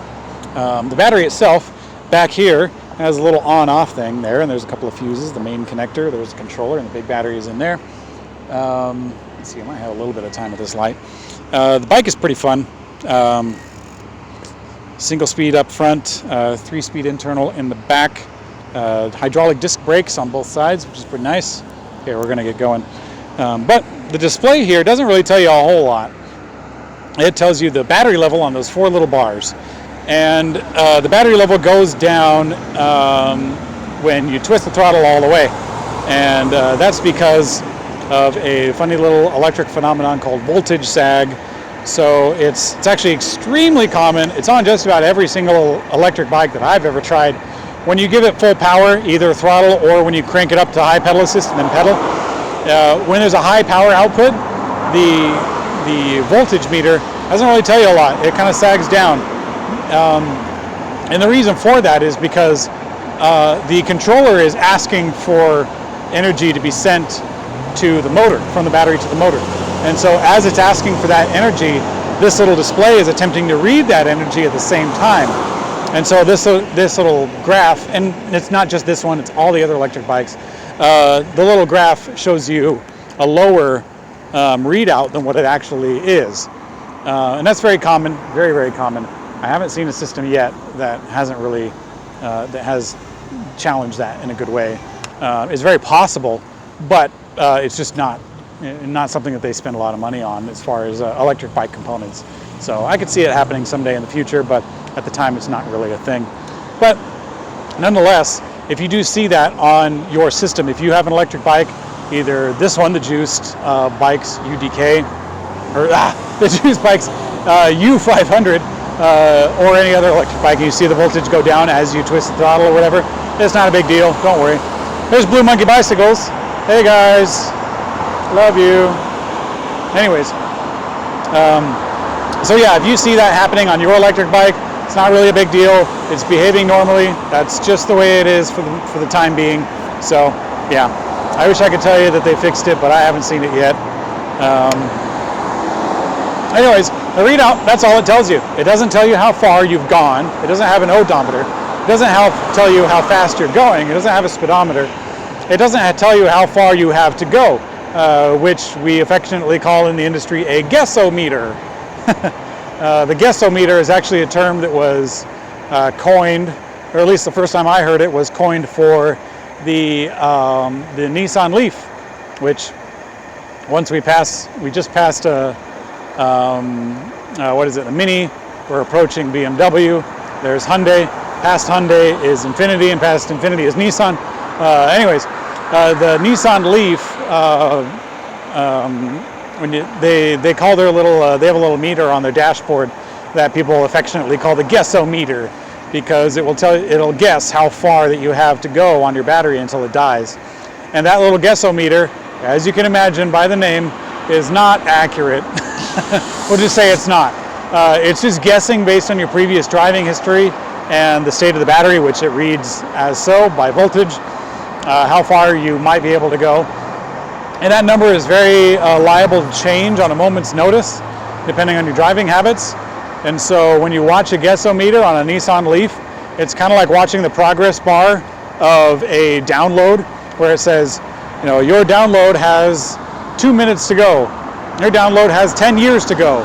Your download has, 6 seconds to go, and it just jumps all over the place between all these different guesses.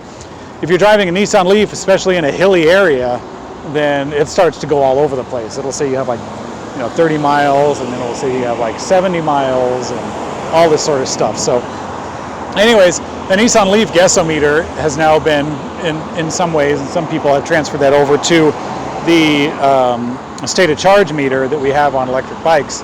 And that's one reason why, honestly, it just has four little lights to show you, because if it had a super digital readout with, like an exact percentage, you have 72% or something like that, it'd be hard to read that in real time. It really would.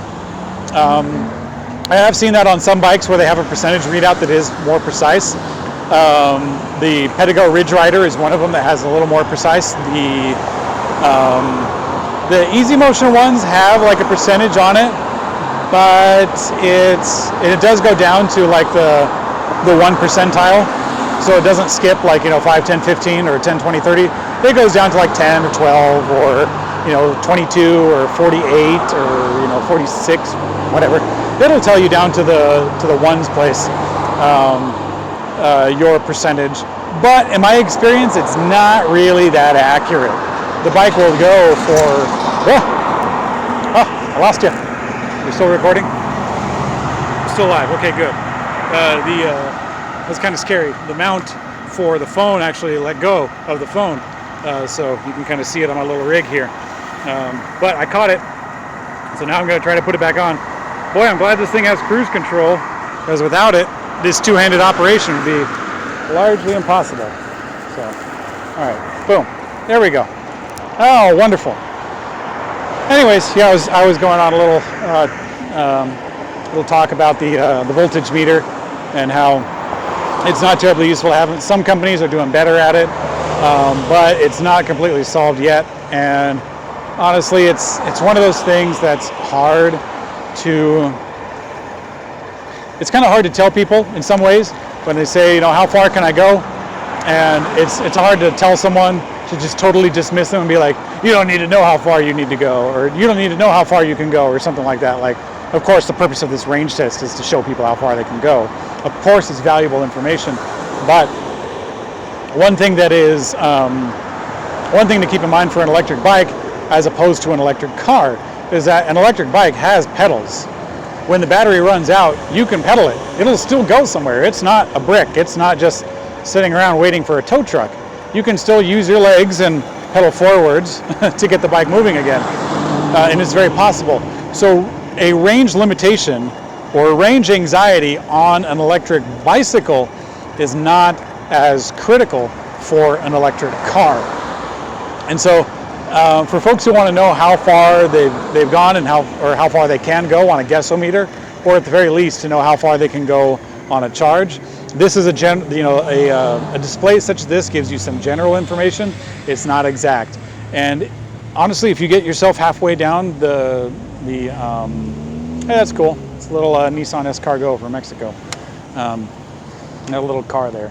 Anyways, if you're getting to the point where you're halfway down on your battery level, and you still got a long ways to go and you don't think you'll make it, just start pedaling. Take some stress off of the battery and start pedaling. You have options. It's very, very, very, it's hard to, like I said, it's kind of hard to tell people that, like, oh, you don't need to know how far you gotta go. But it is one thing that it's not as critical as you would think. It's not as life and death. And honestly, it's kind of hard. I had to get the hang of riding a bike with a throttle and no pedaling whatsoever. There's this instinctual, maybe instinctual is not the word, but there is this propensity to pedal the bike when you sit on a bike. If you're sitting on a bike with your hands on the handlebars and you have pedals, you want to pedal. I mean, naturally, you just want to get it moving and you want to pedal. And so when you first ride an electric bike with full throttle and no pedaling whatsoever, like on a range test like this, it takes you a while to get used to it. And so pedaling is not out of the equation. You can still pedal the bike, you can still get it moving, there's nothing in the way of the electric system. You can still get a lot better range by pedaling the bike, taking stress off of the battery and letting it go for a longer distance. And that's what's happening. A lot of people ask if you can charge up a bike by pedaling it, and that technology does exist, but in all practicality, if you pedal the bike to get it moving in the first place, it takes stress off of the battery as it stands. And that's usually, that's usually a really good situation for people to have anyway. Yeah, we are on the Juiced Bikes U500 cargo bike. This is a full throttle range test that we're doing. We've already done 20 miles. We've probably done like 22 miles up at about 22 miles up at this point. We're getting close to Chinatown. Once we pass the illustrious Chinatown of Salt Lake City, then we'll be heading towards downtown, of course. And then at about 300 south in downtown, that's the turnaround point before it gets too hairy. And then we'll turn around and head back down south, and you'll see some more stuff. So, anyways, yeah, that's what we got going on. This range test, honestly, has been pretty easy going. As you can see, I'm not really even throttling. I'm just kind of hanging out on the bike and just letting it go. The bike will take itself down the road when you hit cruise control. You twist the full throttle all the way, get up to speed, and then tap, hit that cruise control, and then boom, off you go. Once you hit the brakes, once you twist the throttle, once you press the button, any one of those three things will turn cruise control off, so that if you're ever in a hairy situation, you got to slam on the brakes or something like that, you're not going to be fighting the motor during your stop. So that's a good thing to keep in mind. It's not just going to run away. Some people do have that concern that electric bike will just start going, that it'll just start going itself and then kick the rider off and then go down the road. as far as balance is concerned, it wouldn't get very far, but throwing the rider off is very much a concern that people sometimes have with electric bikes, and it can be a little intimidating. It really can. And there are a lot of safety features that electric bikes have to mitigate that, such as the cruise control on this one. It'll stop under at least 3 different inputs from the rider. Really, the only thing that doesn't stop it is pedaling. Pretty much anything else that you do on the bike is going to stop the cruise control, the brakes, the throttle, the button, all that stuff. So also on a lot of other electric bikes that have a torque-based pedal assist, or any pedal assist, when you stop pedaling, the bike should allow you to coast. Most electric bikes have a brake cutoff switch where when you press the brakes, it will not allow any energy to go to the motor. Such as this bike. And so having those safety features on there does kind of mitigate the fear that a bike will just take off and go without and kick someone off of the bike. But you know what? If you do have like an electric bike and you don't know how to use it, and you especially if you have like a conversion or something that's super high powerful and you test it for the first time, take it slow. Take it slow. That's one thing I would say. I kind of went off for a little bit at the beginning of the range test about the cruise control. If you got the really electric bikes are very powerful. That's a very common word that people use to describe it. And when you have a very powerful personal transportation tool, take it slow at first. Take it slow. Honestly, this is some pretty good advice you should do for just about anything you have. I mean, if you have a drill or something like that, if this is it's your first time using an electric drill, it's probably not a good idea to get a really powerful electric drill, get a huge drill bit, and then just drill straight into, I don't know, like a tire or something like that you have no experience with. Take it slow, see how it works, that kind of thing. Anyways, enough life advice from the guy on a bicycle. I'm sure I could come up with a lot more during the course of this range test, but we're here on a range test for the Juiced Bikes U500 with a 48 volt 15 amp hour battery pack, and I'm going to tell you how far that this bike has gone under a full throttle range test. So this is not a promise as to how far you are going to go on your bike. This is just one real world example of how far the bike was able to attain at this time. And so we've done range tests on other electric bikes, and a lot of people have found it very, very useful information to have. We've tested lots of other bikes, lots of Easy Motion and Pedagos, tested high bikes, we've tested Bosch, Yamaha, Shimano, Dapu motors, and a lot of people really want to know about motors.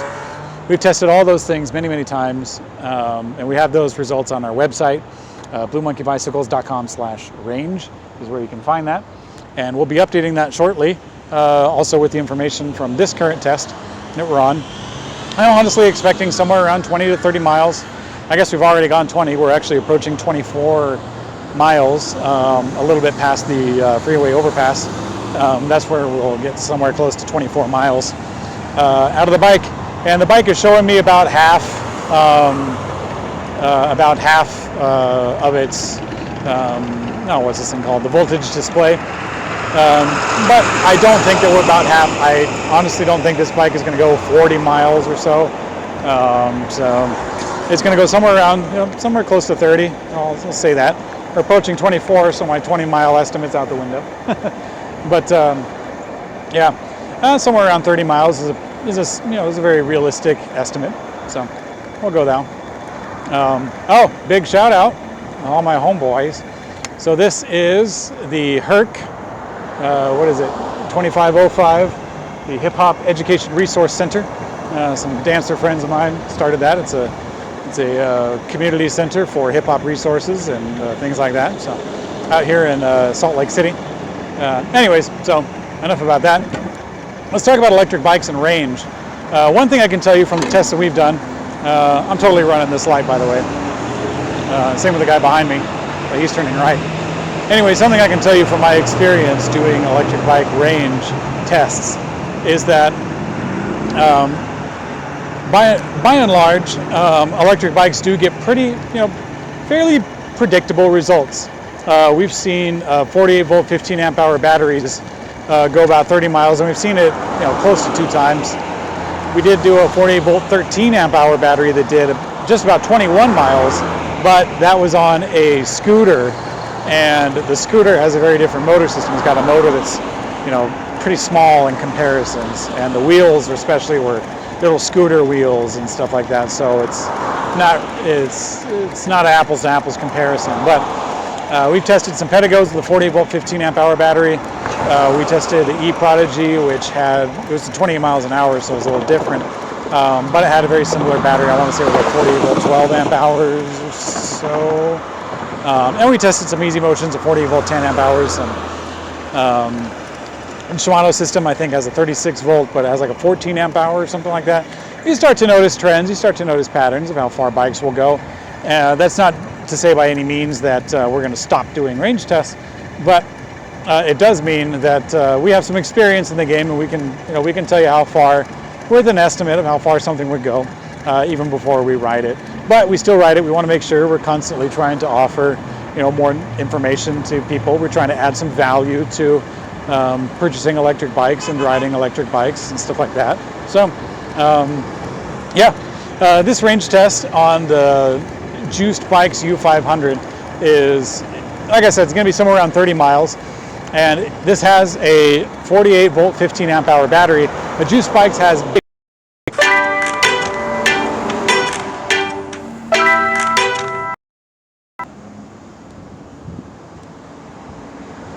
Okay, here we are live once again. Looks like I lost you guys for a second there, but we are going to get the camera set up again, and then off we go. So, thank you for bearing with us on these technical difficulties. I mentioned it before that I don't know if the YouTube Live feature was really intended for this kind of usage, but we're going for it. What we're doing is a range test on electric bikes. If for some reason you're just tuning in, we're doing a range test on electric bikes to see how far they go in real time. So we're on the bike, or I'm on the bike right now. Well, I'm getting ready to get on the bike. I got to get the little windscreen on the phone first. But we're riding the bike, and we are. Let's see. Let me get the windscreen on there. We're riding the bike to see how far it'll go, and that means that the phone is traveling with me. This means that the phone is riding alongside, and so it's picking up signal, or it's trying to pick up signals in various places. It's between Wi-Fi and its phone signal and stuff like that. So it's also running an app the whole time, and the app I have to have a charger to keep the phone going and everything like that. So it's a fun little adventure. Anyways, so here we are. Right now we are at 1820 South State Street in Salt Lake, just past Zion's Motel. And if you've never been to Zion's Motel, when you visit Salt Lake City, keep it that way. So, all right. So we shall resume the range test, full throttle, on the Juiced Rider U500 with a 48 volt 15 amp hour battery pack. Booyah! I gotta give myself credit every time I say it right, because I'm so used to calling this bike by its old name that I've had to retrain myself. So, anyways, here's another one, the Capitol Motel. Oh, what a delight. So we're getting close to 1700 South in Salt Lake City on this range test. The bike has done, somewhere close to 24, 25-ish miles up to this point at full throttle without any pedaling. I mean, my feet are sitting on the pedals, but it's really, it's not really contributing to the bike propulsion at all. It's just kind of going. So the Juiced bikes have really big batteries, and that's one great thing about Juiced bikes in total, is that they have a lot of battery options. And so if you want to get an electric bike just to start out with, like one of their less expensive models, like the Juiced Bikes Cross Current Air, and if you want to get a slamming battery pack later on down the road, save up for it or something, you can totally do that. Drop-in compatible. They sell their batteries independently, from what I understand. And so with that, you could do your first little bit. That's go so far, And then when you really love your electric bike after you get it, which you will, then you can get a new battery, a second battery, and not only increase your range, but not only like double your range, but increase it as well. If you get like the smaller, 48 volt, 8 amp hour battery, and then you get another 48 volt, like 20 amp hour battery or something like that, you can still carry the smaller one with you if you want, and then just, go on a really long trip. That would be, by the way, a very long trip, by the way. In my estimate, I haven't tested a battery that big. I haven't tested a 48 volt, 20 amp hour. I don't know if they have one that big, but I haven't tested one of those high capacity batteries yet.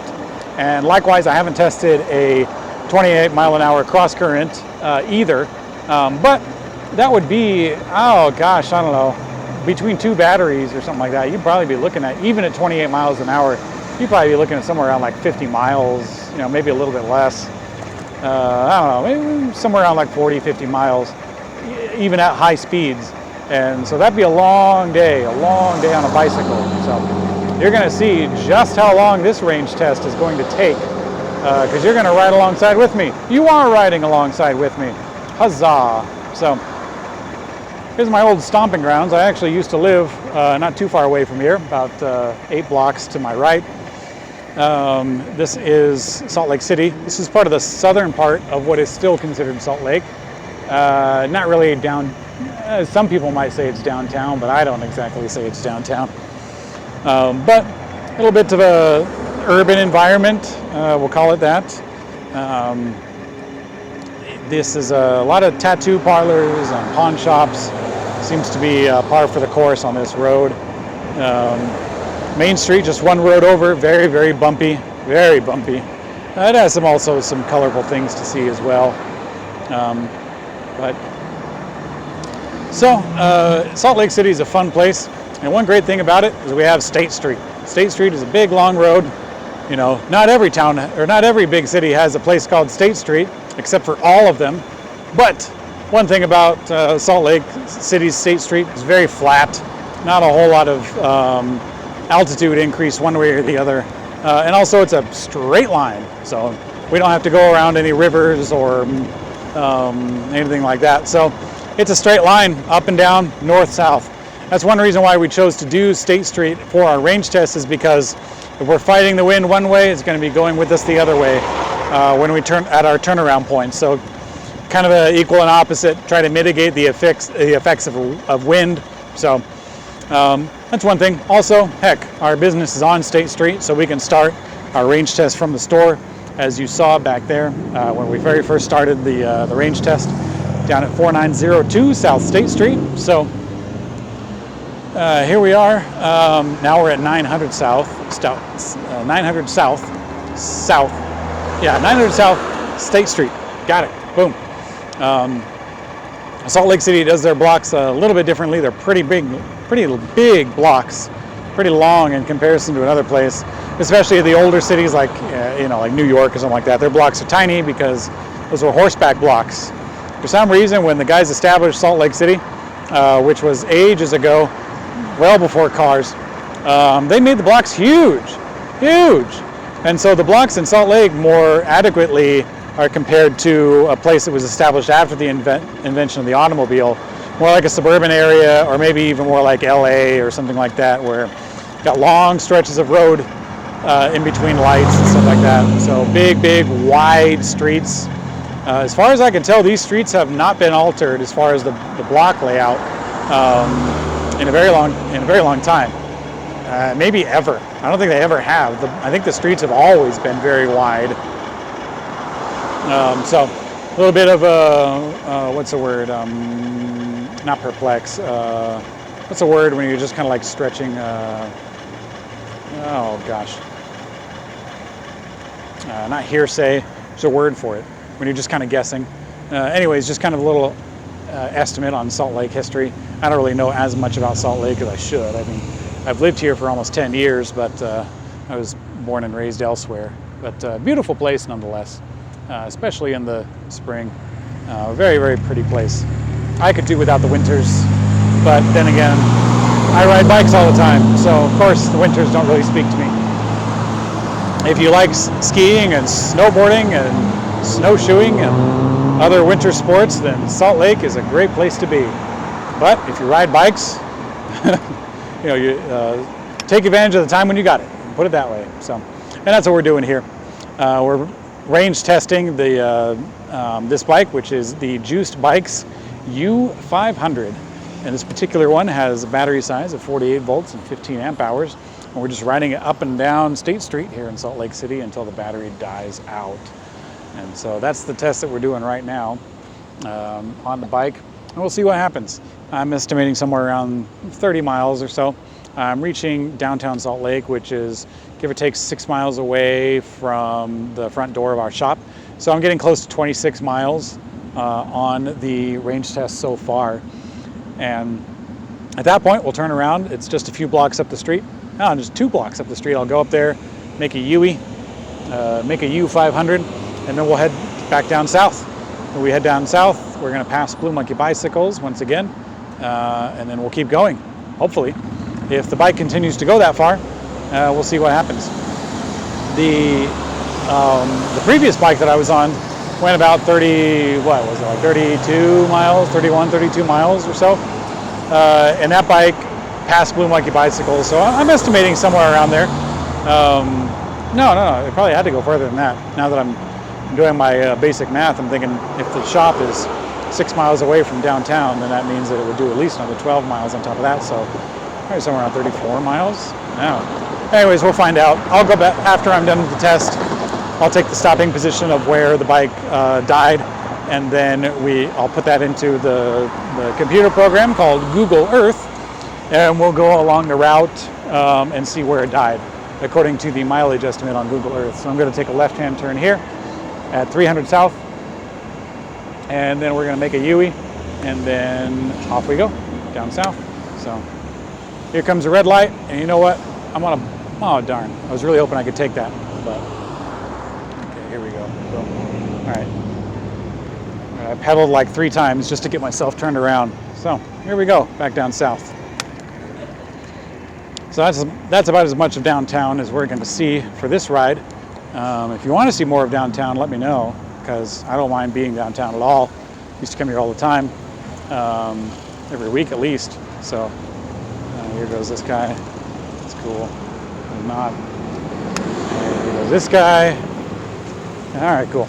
Anyways, I don't mind being downtown in the least. It's a lot of fun, very exciting.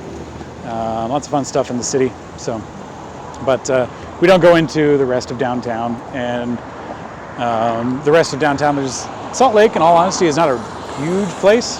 Oh, that's cute. Salt Lake City is not a huge city in comparison to the big dogs, San Francisco or LA or Seattle, even Portland. I don't know how it compares to Denver. I'd be curious to find out, because there's a lot of at least geological and climate comparisons between Salt Lake and Denver, but I'm not sure what the size is. I'd be curious to find out. Here we go, we're going to sneak in. A lot of people jumping on the freeway, and I'm not one of them. So, anyways, yeah, we're not going to see a whole lot of downtown. We just turned around back there at 300 South, and we're going to head back down south where there's large open spaces of land to really see how the bike does at full speed. That's really one of the big reasons is we don't want to stop and go traffic. I mean, I realize I'm going through lights the entire way, but stop and go traffic isn't especially fun to see how far a bike can go. And there's a lot of stop and go variables that get into the mix. So, don't want to compromise it too much. Anyways, there's Magnum bicycles, by the way. They have an electric kick scooter. Is that what it's called? And they also have electric bicycles as well. Magnum bicycles is one of those ones I haven't been able to put my finger on. All of their corporate people are from Israel. Their bikes, they say, are made in Germany or designed in Germany. They have distributorship here in Salt Lake City. And their parts, I know that their parts, like a lot of electric bike parts, are manufactured in Taiwan and China. So Still not sure how to classify them. That's a cute little, what is that, a Miata or something? With a cash symbol for a badge on the front. I don't think it's a Miata, but it's something, is it? Maybe it is a Miata. Look at the door handles, that's usually a dead giveaway. I don't know. Oh, he's at the stoplight. I'm pretty sure. I'm going to sneak back there. I want to see those door handles. I think that's a Miata. That's a Miata. It's got to be. Do you see that? The little bumblebee? It says Nacho on the side. From those are like some what's it called? AutoZone sticker letters. Anyways, so those are always fun to see. I love to see custom stuff. Anyways, it's really get a kick out of that. So, anyways, I was talking a little bit about the range tests in comparison to Salt Lake City. Salt Lake City has long stretches of road that are like, a mile long in many cases, or close to a mile long, where you can really get some top speed. And that's where a direct drive motor starts to shine, as opposed to a geared motor, is when you get up to top speed and maintaining that top speed. Geared motors are more efficient at that.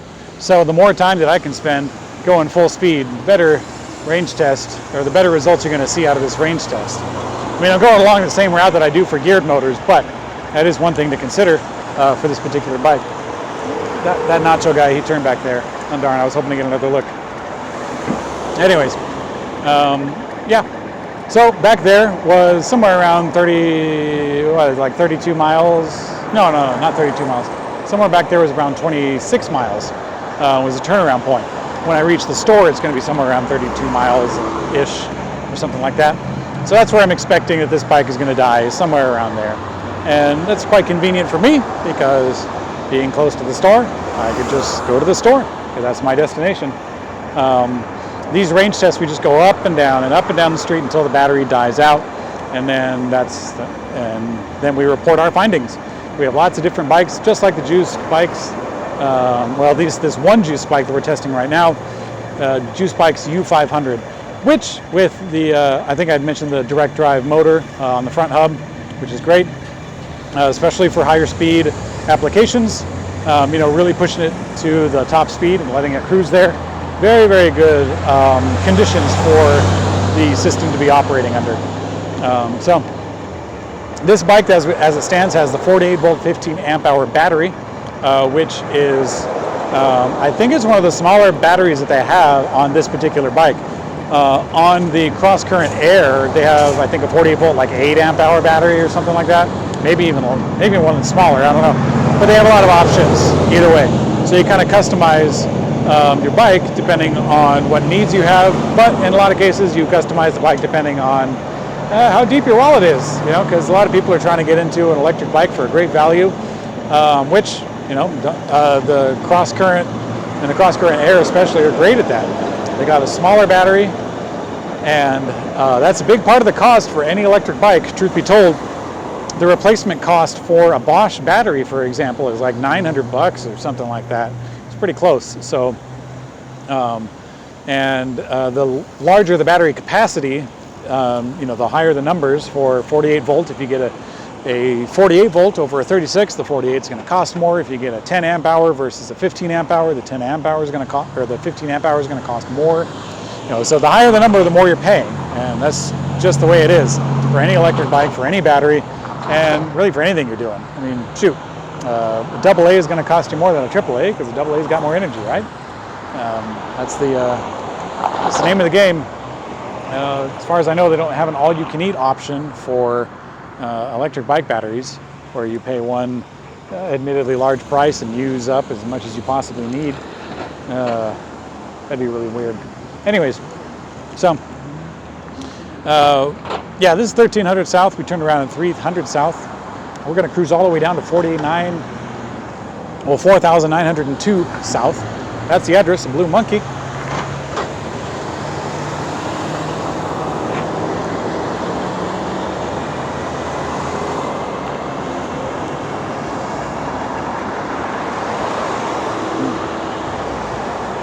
There we go. So that's the address of Blue Monkey, 4902 South State Street. And we're located right in the middle of the Salt Lake Valley, so if you're ever around the area, maybe by chance you're traveling through from Idaho or Colorado or heck, even Eastern Oregon or something like that, and you're on your way to Vegas or something, and you want to check out electric bikes, we're around. We're there. So we'll see you when you come through. Or you could just visit our website, bluemonkeybicycles.com, and shop for bikes. Check out some of the other great videos and resources that we have there, including the range test that we're on now, other product comparisons, component comparisons, things like we did a comparison for Bosch versus Yamaha. We did for mid-drive motors. We did a comparison for front drive versus rear, for mid-drive versus rear, and yeah, lots of fun stuff. We also have reviews for electric bikes. I don't know if I'm going to do a review on this particular bike other than just doing a range test, because the range test, in all honesty, is a lot easier to do than our reviews. Because a range test, you can get it done in just a couple of hours. I mean, you got to prepare for it and everything like that. But once you prepare for it, it's all done, it's all ready to go. And that's the hard part for the reviews, at least, is that we do range tests such as this, and then we also do some filming, we do editing. We also have different people from our shop ride the bike to really get kind of a span of opinions among us between our mechanical technician, our electrical technician, our front sales manager, the owner of the shop, our internet guy, and accompanying friends and wives and kids and stuff like that. So we get a handful of opinions on the electric bikes that we try from people who know other electric bikes as well, and then we tailor that into our reviews, our review videos that we do for electric bikes. And we try to make it entertaining, try to make it fun, and we try to, in all honesty, I mean, a lot of people might kind of balk at this, but we try to keep it based on our opinions, based on our experience. As far as testing out the components, like, oh, this one's got, a 10 tooth up front, this one's got 11 tooth up front, or whatever. That stuff we kind of leave out of the picture. We try to keep it a little more, subjective. And it really is. It's subjective. Our opinions. They are. They're not like a really hard fact-based thing. Even the range test that we're doing right now, this is one of the more hard fact-based things that we're doing. Like, we can tell someone, look, I sat on the juiced bikes U500, and I sat on it talking the whole time and did full throttle on cruise control for 30 miles, and that happened. That is a fact. But the rest of our reviews are things like, I felt like it was not all that great on the hills, or, oh, I felt like this bike was really, really nice for delivery, or things like that. Things like that creep up into it, and that's our electric bike channel, the YouTube channel. I was actually looking at our. I just jumped the curb. I was actually looking at our YouTube channel earlier today, and I was trying to find our address, because our web address, because it should be youtube.com/c/bluemonkeybikes or Blue Monkey Bicycles, one of the two, and that should be our URL. But every time I go into it and look at it, our URL is just a bunch of numbers and letters and stuff like that. youtube.com/channel equals whatever, that kind of thing. Trying to get that fixed. Don't know what it takes. I don't know what button I forgot to click or something like that. But anyways, on our YouTube channel, primarily, we try to offer some admittedly subjective, but still some experience-based opinions on electric bikes from our team that does electric bikes day in and day out, and that's what we do. And it's not only us that we're drawing on the experience of, it's also our customers. We have a lot of customers. We've been in business for a while. Hopefully we have a lot of customers, but we have a lot of customers who still frequent our shop and tell us about how their electric bikes are doing, and tell us about some of the challenges that they've had, and some of the parts they've had to, we know the parts that they've had to replace, and things of that nature. So with that, we have a lot of electric bikes out there that are doing.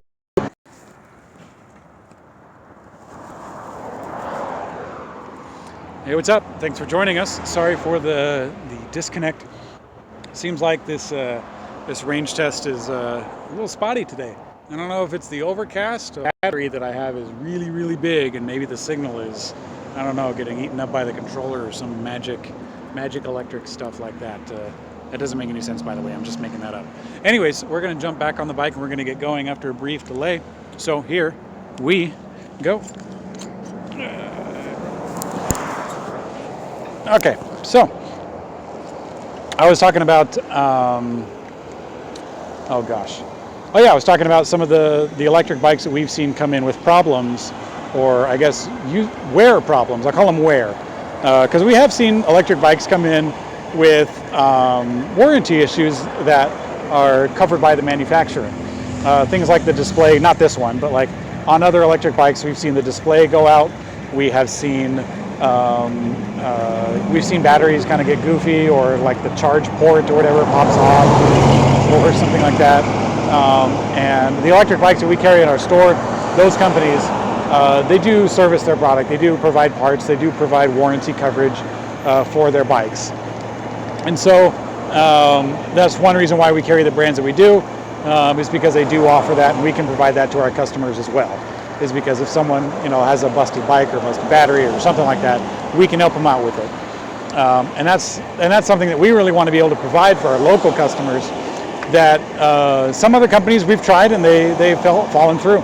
I'm not going to name names, but there are bike companies, electric bikes that we have carried in the past, based on reputation, that did not follow through, that did not provide good service either to us or to the customers, and didn't provide parts or a small combination of other things. And so we stopped carrying those brands. We've been in business for a while, and we found some good brands and we really like them and we want to stick with them as best we can. We're totally open to other options. That's one reason why in more recent history we have opened up to other electric bike companies. Some newer ones that we started to carry are Surface 604 juiced bikes. And both of these bikes offer a product that is at a lower price point. That's one thing that we saw in our shop that we had a lot of people asking for, that we wanted to provide for people, but we were a little hesitant on. We've seen electric bikes in the past that are at a lower price point, and we've been burned in the past. We've seen them come back with problems. We've seen the companies are nowhere to be found, and so we were very squeamish to offer a bike like that, at least up front. We've tested a couple of bikes behind the scenes at various price points, but as far as what we're going to offer on our store and stuff like that, we wanted to provide a bike that was from a good company, that was a good bike that we could offer support for. And the juiced bikes is one of them. The juiced, both the U500 that I'm on right now, and also the Cross Current is another great bike. Juiced bikes has that. They have a good semblance of service. And so with that in mind, we have expanded. We're not trying to be all elitist or anything like that and say that, like, oh, you got to buy an expensive bike because we want all the profit or anything like that. We're consumers too. We're trying to provide a good value from a good product from a good company, and so we're shopping around. And two companies that stood out in more recent history are the ones that listed. I test rode I range tested a juiced, I'm on a juiced right now. In the past, about a month ago, I did a range test on a Surface 604 Colt, which comes in at like, I think, $18.99 MSRP. And that was a good bike. It was a lot of fun. There goes a gas powered bicycle. But I was on that bike, the Surface one. It did pretty good. It was pretty good. I liked it a lot. It was a rear hub drive, 48 volt, 10 amp hour, 10.4 amp hour if I remember right. Great bike. And also is a really good value as well. And that's one thing that we've been really searching for, is things that are really good value. Because here in Salt Lake City, one thing I can tell you from my experience here in Salt Lake City is that Salt Lake City is a lot more modest, than, at least the people here are a lot more modest than more flashy areas, like especially Vegas. Vegas isn't that far away, but it's a polar opposite. But there's not a lot of the, they exist and they do live downtown, but you don't see a lot of exotic cars down here. You don't see a lot of Ferraris, Lamborghinis, even some of the not so exotic cars like like you see Mercedes. Those aren't too uncommon, but you see a lot of middle of road stuff. I mean, the people here are not all that flashy, at least with their cars. You don't see a lot of really flashy cars around Salt Lake City. Based on the history of Salt Lake City, there's a lot of people who even dress modestly, men and women alike. That's kind of par for the course around here. And so, with that in mind, Salt Lake City is a hard place to offer electric bikes because, hey, let's face it, people get sticker shock on electric bikes, even the less expensive ones. I did a review on a Populo Sport, one of the cheaper electric bikes that you can find out there for $1,000. And even for a cheap electric bike, you get a lot of people saying like, boy, $1,000 for a bike. I'm used to spending, like maybe $400 or something like that at Walmart or something like that. And it's not that the people are like ghetto or something like that. It's just that the people here are really more modest, and that's the way I would put it. There's not there's tons of microbreweries and stuff like that out here. It's kind of become a thing in more recent history, but for many years, there's not a lot of hoopla around Salt Lake City. As a result, Salt Lake has gotten the impression that there's nothing fun to do in Salt Lake City because it's full of a bunch of prude nuns or something like that, and it got that reputation. It started to subside a little more recently. Vegas had that same thing going on where people saw it as a family-friendly thing for a long time, and then it's changed and stuff. But anyways, what all this has to do with electric bikes is that from our storefront, it became hard for us to provide. It became, seeing the market here in the local area, it was hard for us to kind of start looking at some of the more expensive electric bikes like, Stromer, Reese and Mueller, what's another one? Opti Bike or something like that. Those are great bikes, don't get me wrong. I really don't know anything about the companies in the least. But the price point is the only thing that really raises a big eyebrow, at least from our storefront, because we know our area. We know that there's a lot of people getting into electric bikes in the baby boomer age group who are looking to get into cycling or get back into cycling for the first time in a long time. And so it's hard to say like, hey, you really ought to start with something that's like $7,000 or something like that. It's going to be a great bike. They're going to love every single minute of it, and I don't want to knock its value because I'm sure that for a lot of people it's worth every penny. But nonetheless, the buyer here in Salt Lake City for a lot of stuff, not just bikes but also cars, is looking for something a little more value oriented, and there's nothing wrong with that. I'm the same way in a lot of things, depending on what I'm getting. I know that I bought a backpack and I went surfing around for deals, and I got one at about half MSRP or something like that. So not like I'm super cool or anything or bragging, but just to illustrate that I shop around too. I try my best. Probably not that much, but anyways. So getting back to the matter at hand, which is this bike. It's a pretty good value bike. If I remember off the top of my head, this bike costs $19.99, $2,000. I could, hopefully Joey's in the live chat and he can tell you the exact MSRP of this bike. This bike is the Juiced Bikes U500 48 volt 15 amp hour bike. And this bike is a good value, especially if you want to do like some delivery or something, or if you just want a strong, simple system. It's a pretty good bike for the money. And this bike, I'm estimating on this range test, is going to go somewhere around 30 miles. We'll see how it does. At the last stoplight, when I had to get going, I saw the little guessometer that we have down here. The guessometer went from 2 bars to 1 as I pulled the full throttle.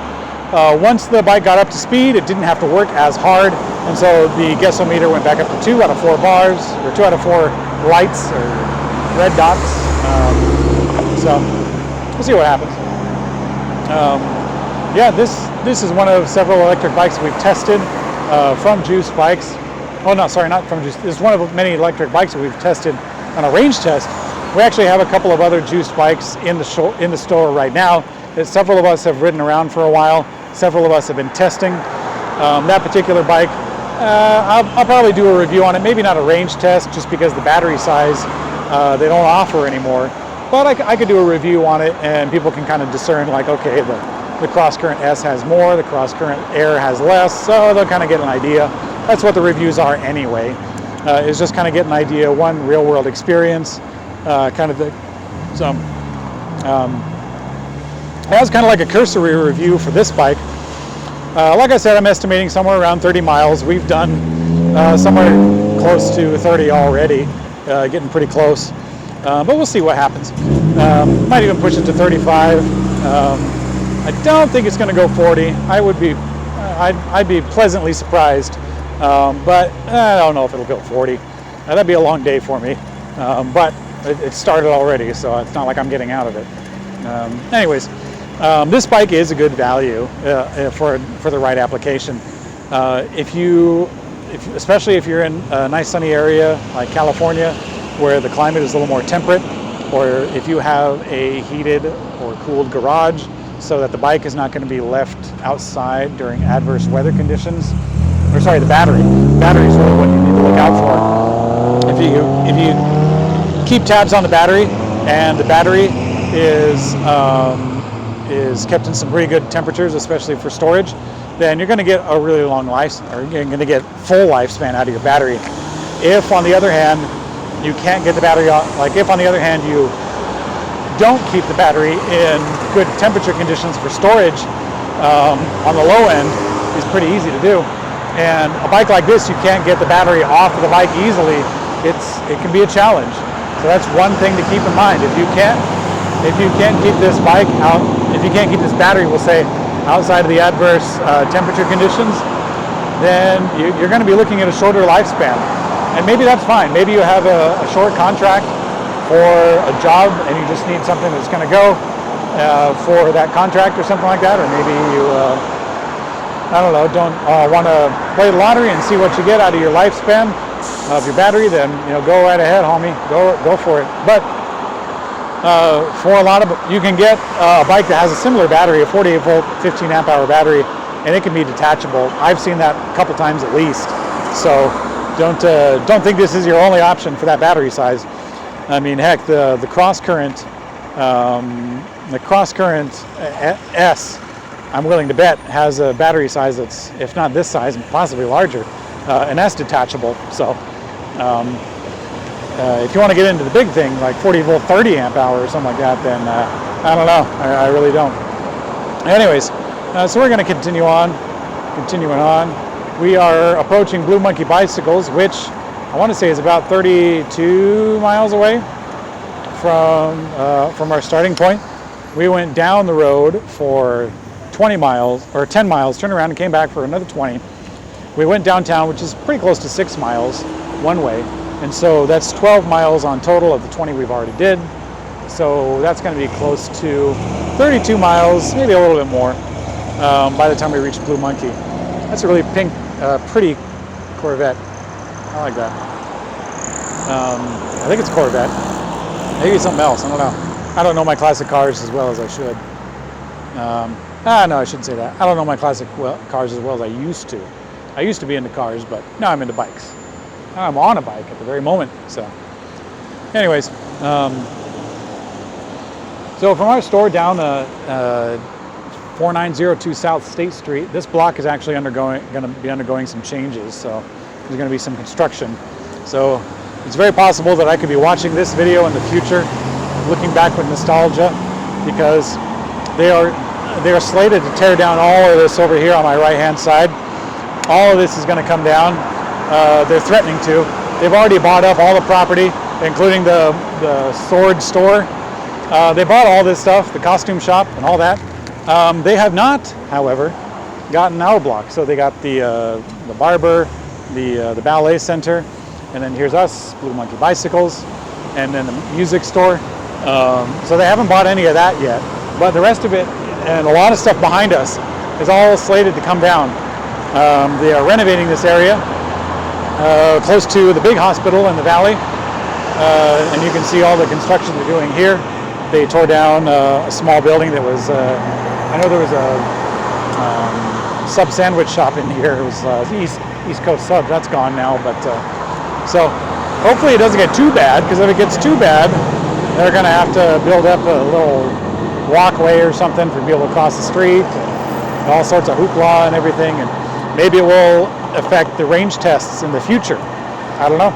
But for now, at least, we're doing the range test on this bike, and it's going. It's a full throttle cruise control range test. That's really, really easy for me. I don't really have to do anything. I just have to sit. I don't have to pedal, I'll put it that way. I don't have to pedal. I don't have to twist the throttle. All I got to do is start it up, get going, and dodge the cars that are coming up at me. So that's probably the worst part of all of this, is sitting down. I'm used to using my leg muscles a little bit. I'm not used to sitting down on a bike this long. But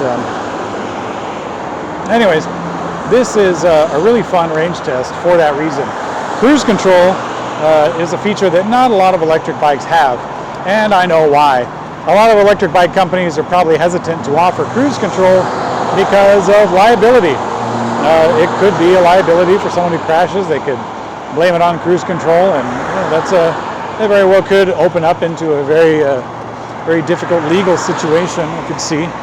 But juiced bikes, along with a couple of others, they're not afraid for it. They'll slap it on there. I've seen it on an iZip before, and iZip is a plenty big company, so it's not it's totally out of the question. All right.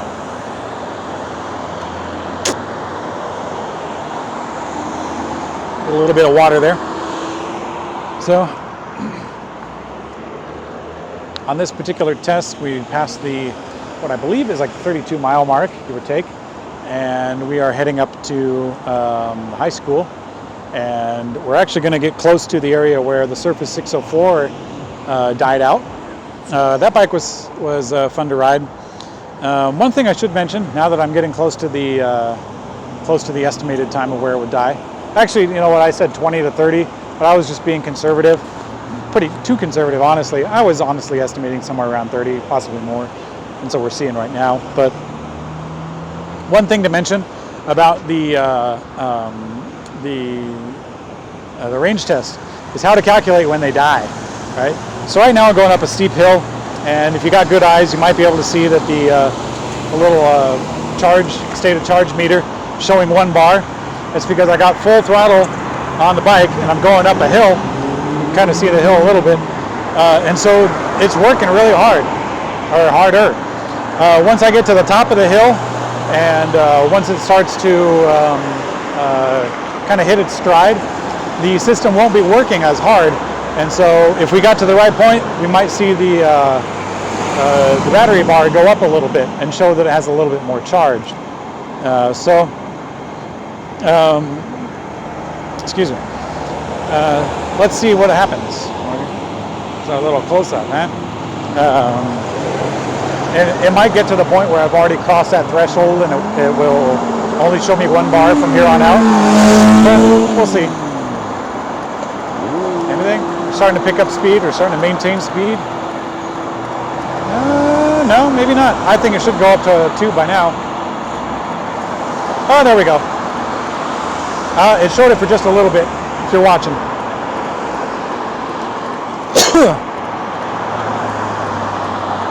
Oh, man.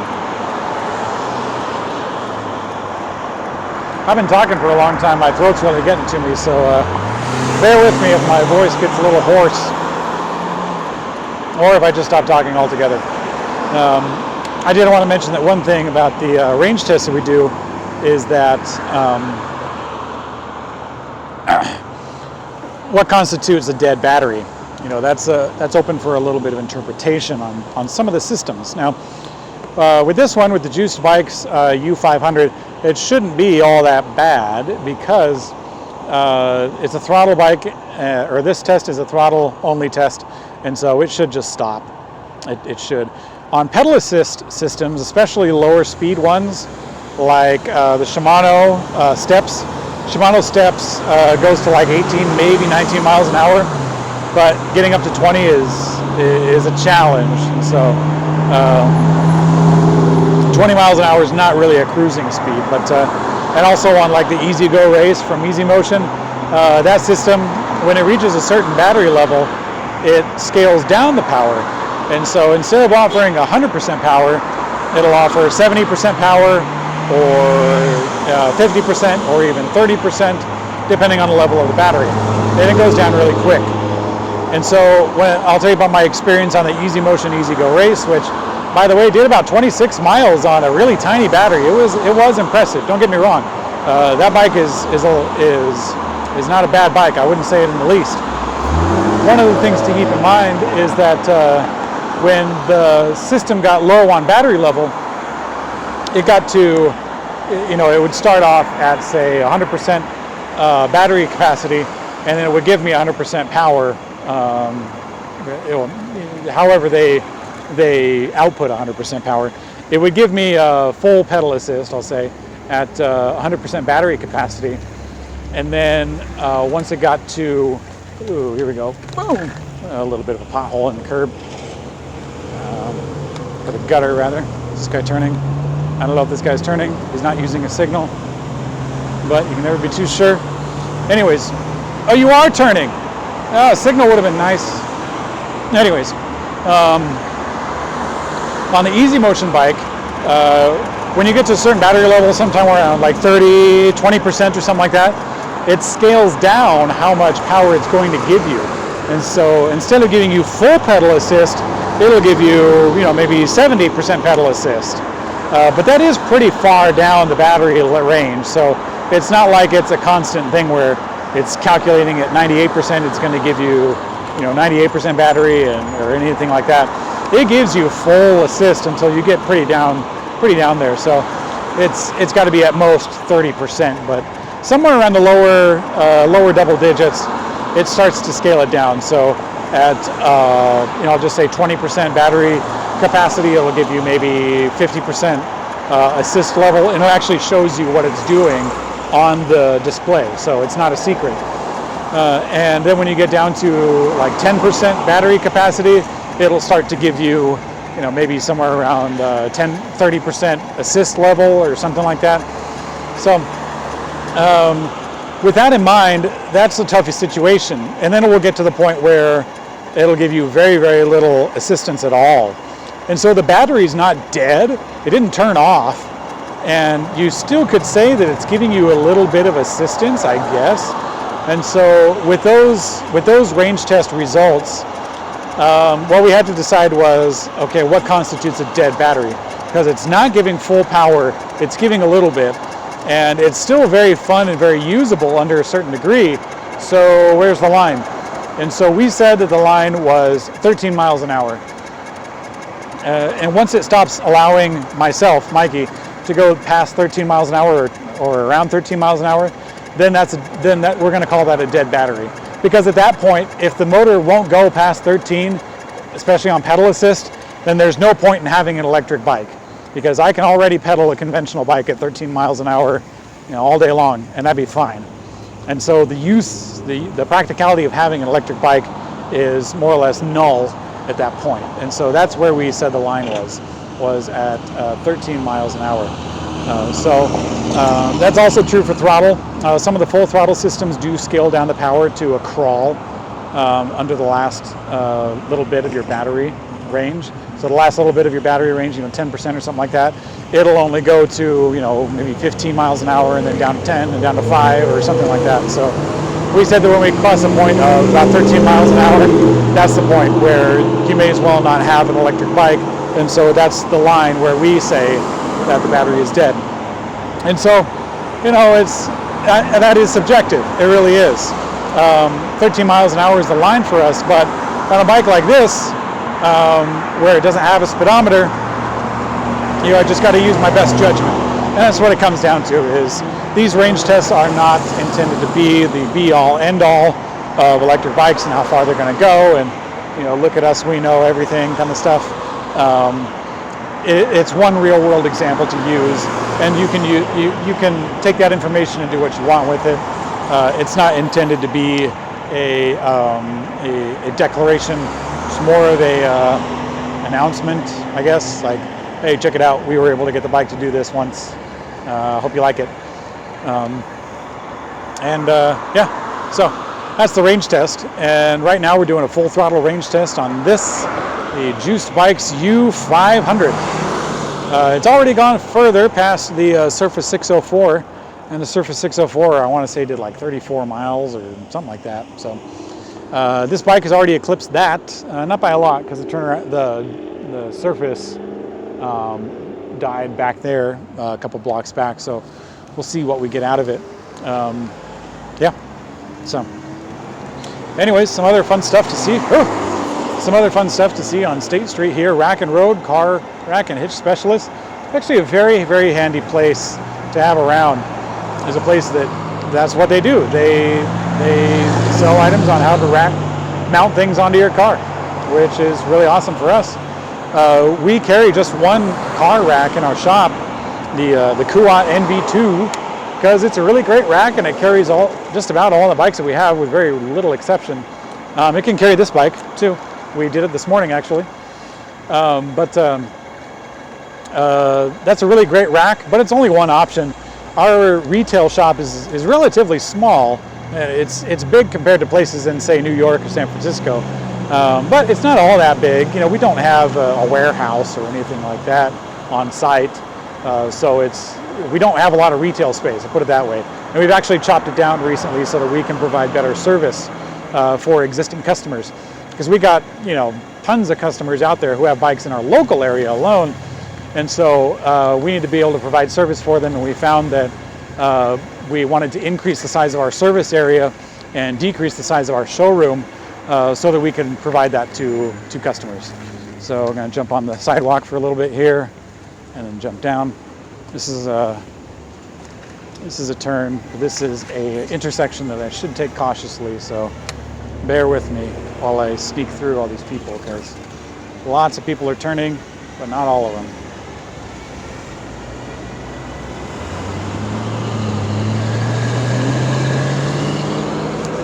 There we go.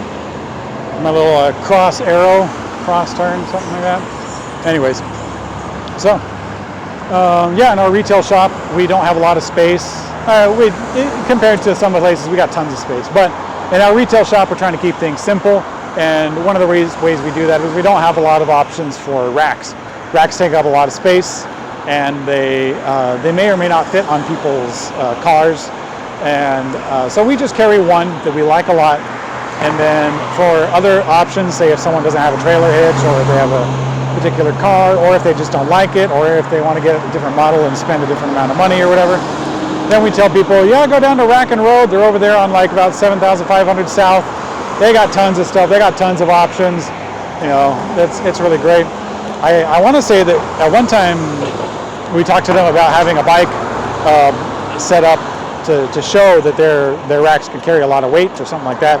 I don't know if we ever finished setting that up yet, but yeah, it's great, good harmonious retail relationship with those guys. So that's a good thing. You know, we're not out to compete with the rack store. We're not even out to compete with the conventional bike store. We have a conventional bike store that's across the street from us called Jerk's Bike Shop. They're actually nice guys. Don't let the name fool you. But at Jerk's Bike Shop, they're right across the street from us, and they have a lot of things that we don't. We don't carry bar tape in our store. You know, we don't carry hubs or wheels or a lot of different tires. We got plenty of replacement parts for particular bikes that we carry. Got lots of electrical parts hanging around for Easy Motions, Pedagos, high bikes, Bosch systems, and stuff like that, so that we can service our customers. And we do keep mechanical stuff too. You know, we're not out of the loop completely. We do tune-ups and stuff like that. We try to focus on electric bikes, especially the electric bikes that we carry, because we want to, like I said, have a good relationship with the other guys around us. We're not going to try to steal all the tune-ups and stuff like that in the area or anything like that. We send people across the street all the time because, you know, we're all in this together. Our big overarching goal for Blue Monkey Bicycles is to make and keep electric cyclists on the road, right? We want to have more electric cyclists on the road. That's really our main goal. We want people to use electric bikes all the time. We think that they're great. We use them every day for ourselves. Dwayne's got lots of electric bikes. I've got a couple. My wife actually just got one recently. She's had one before, but this is her second one. Our friends and family have them, and really that's who we have our retail shop for, is our friends and family and people in the community and the neighborhoods and everything like that. We're not hiding anything. We're not scamming anyone. We love electric bikes of all sorts of shapes and sizes and models and everything like that. And yeah, and we want to tell people all about how awesome they are. One reason why we do these range tests, one reason why we do range tests on a lot of different models and a lot of different bikes. I hope this guy can see me, because we want to show how awesome electric bikes are, and they are really awesome. And so at our bike, in our store, we can't get the full entire scope. There's hundreds of electric bikes out there. There's hundreds of electric bike companies even. And so we do our best to test ride, to range test, to review electric bikes that people want to see. Some of the top selling bikes, some of the most requested bikes, some of the most popular electric bikes we're trying to get with our channel. One reason why we got the juiced U500 that I'm on right now. This bike actually isn't the best bike for our immediate local market, and a big reason for that is the removable battery. Actually, the only reason for that is the removable battery, or the non-removable battery, I'll put it that way. It's not welded onto the bike. You can still get it on and off, but it takes time. You got to use some Allens, you got to get under the bike, you got to spend, somewhere around 5-15 minutes or something like that to get the thing on and off every time. And so with that in mind, it's hard to recommend this bike to local customers. So, but if those considerations don't apply to you, if you live in a more temperate climate, even like up in the Northwest, up in Portland, it doesn't get below 32 all that often. Maybe once every 5 years or so you'll see snow, but it's not a common thing. Anyways, so if you live in a climate like that, then this bike would be a great option. So great option. But anyways, we get bikes that are even outside of the scope of what we can carry in our retail store just for the online. We got this bike and we got the cross current just for our online customers and our online audience. That's to illustrate our commitment. And these aren't free. Juice Bikes did not send these to it. We bought these bikes from Juice Bikes to test them out. I mean, we had full confidence in them. It's not like we went into this blind. We know that Juice Bikes has been around for a long time. We've used some of their bikes before. They have a great reputation among other customers and retailers alike. And so we used our judgment to make a call on getting these bikes in the store to test out, to show off through our YouTube channel, through our website, and through all the other stuff that some people still do. Some people still use Facebook, if you can believe it. Some people still use Instagram, if you can believe it. I don't think anyone uses Google Plus though. So if by chance you're watching this on Google Plus, because I think that all YouTube stuff automatically goes to Google Plus and that still hasn't saved them. If you're one of those people, then my hat's off to you. But anyways, yeah, we do this stuff for you, for the audience, for the people who are shopping around online and are looking at your first electric bike, or maybe your second or third, who knows. Electric bikes are awesome, and we really want to promote them. We want more people to ride them, want more people to use them in everyday use, because the electric bike really is a game changer in the bicycling community as a whole, right? So if you consider an electric bike under the same category as a bicycle, which a lot of people do, people who are planning bike lanes, I sincerely doubt they spend a lot of time considering what the difference between conventional and electric, other than maybe hills or something like that. So like when people are making bike lanes or bike helmets or pedals or something like that, there's plenty of people inside and outside of the bicycle industry who consider bicycles and electric bicycles the same thing, and that's perfectly fine. So when you lump them all together, in this instance, when you lump bicycles with electric bicycles together, electric bicycles are a game changer. They absolutely are. Electric bicycles are a huge growing market within the broader bicycle industry. It's phenomenal. It's growing year after year with excellent rates. Some of the most popular electric bike brands out there are reporting double-digit growth, in the 20 to 30% growth rate in 1 year, which is phenomenal. I mean, there's plenty of industries, plenty of consumer industries that would kill for that kind of growth. There's all sorts of stuff out there. This kind of growth is sustained. It's been growing year after year, and there is already a lot of support stuff out there for them. There is stuff like us. I'll get into that in a second, but I did want to pause for a moment and talk about the display. The display is showing one battery bar, one battery light right now, and I'm approaching what is actually the largest hill in the range test, which is about 10,000 south.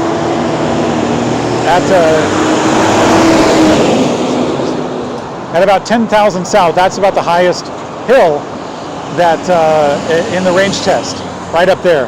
And so being the steepest hill, and also the fact that I have one battery light left, there's a chance that when I twist that throttle all the way, that it could die, because the voltage will go down to the point where it can't go anymore. And then that's the cutoff point. And so that's the hill that we're approaching. And yeah, that's the battery bar that we've got to work with, and we'll see what happens. I know that direct drive motors are really good at maintaining high speeds, but when it comes to off-the-line efficiency and climbing hills, there's a lot of people out there who prefer geared motors for that application. And so I guess what I'm getting at is that the cards are stacked against us. The deck is stacked against us. We don't got the right cards to work with in this particular scenario. And so we'll see how well it does. I actually had another bike that also died at this same spot on either end. I had a bike that died coming back the other way a long time ago, about an hour ago or something. And I had one crap out on the way up. So yeah, here we go. We'll go full throttle, no pedaling. We'll see what happens. Hopefully the cars behind me don't get too upset. I know one thing I can tell you is that State Street does not have a lot of cyclists on the road. We've passed a few of them on the sidewalk. I'm sure you may have been able to see with eagle eyes.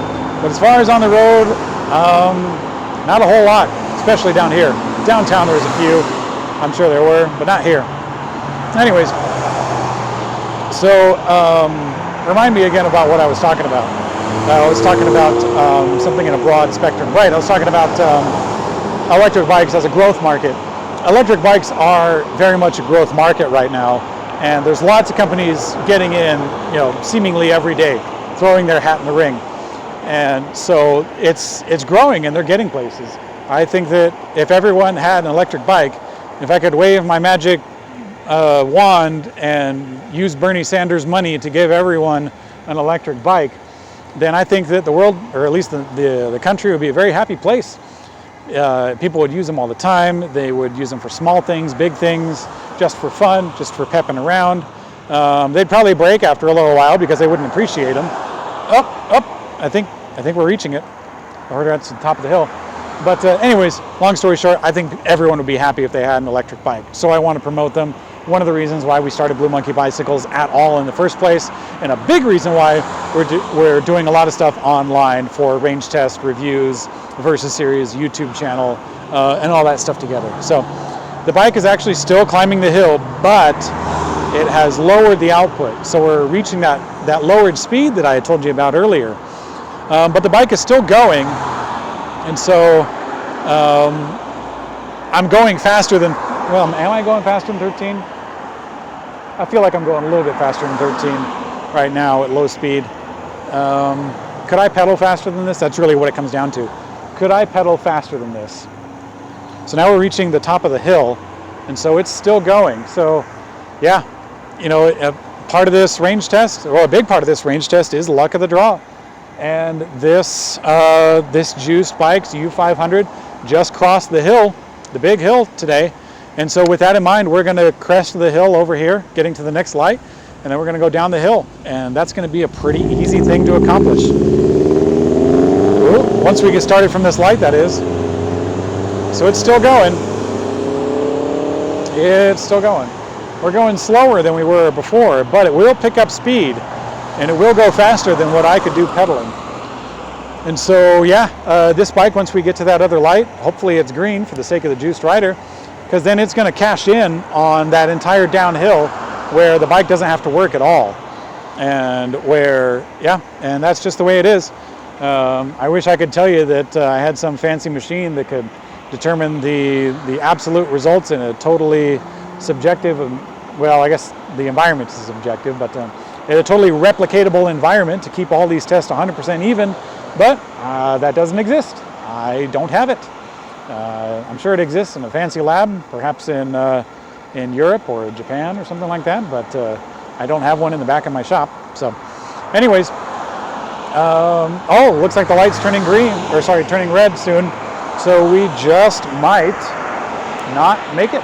It might have to use too much energy to get going at this light. So we shall see.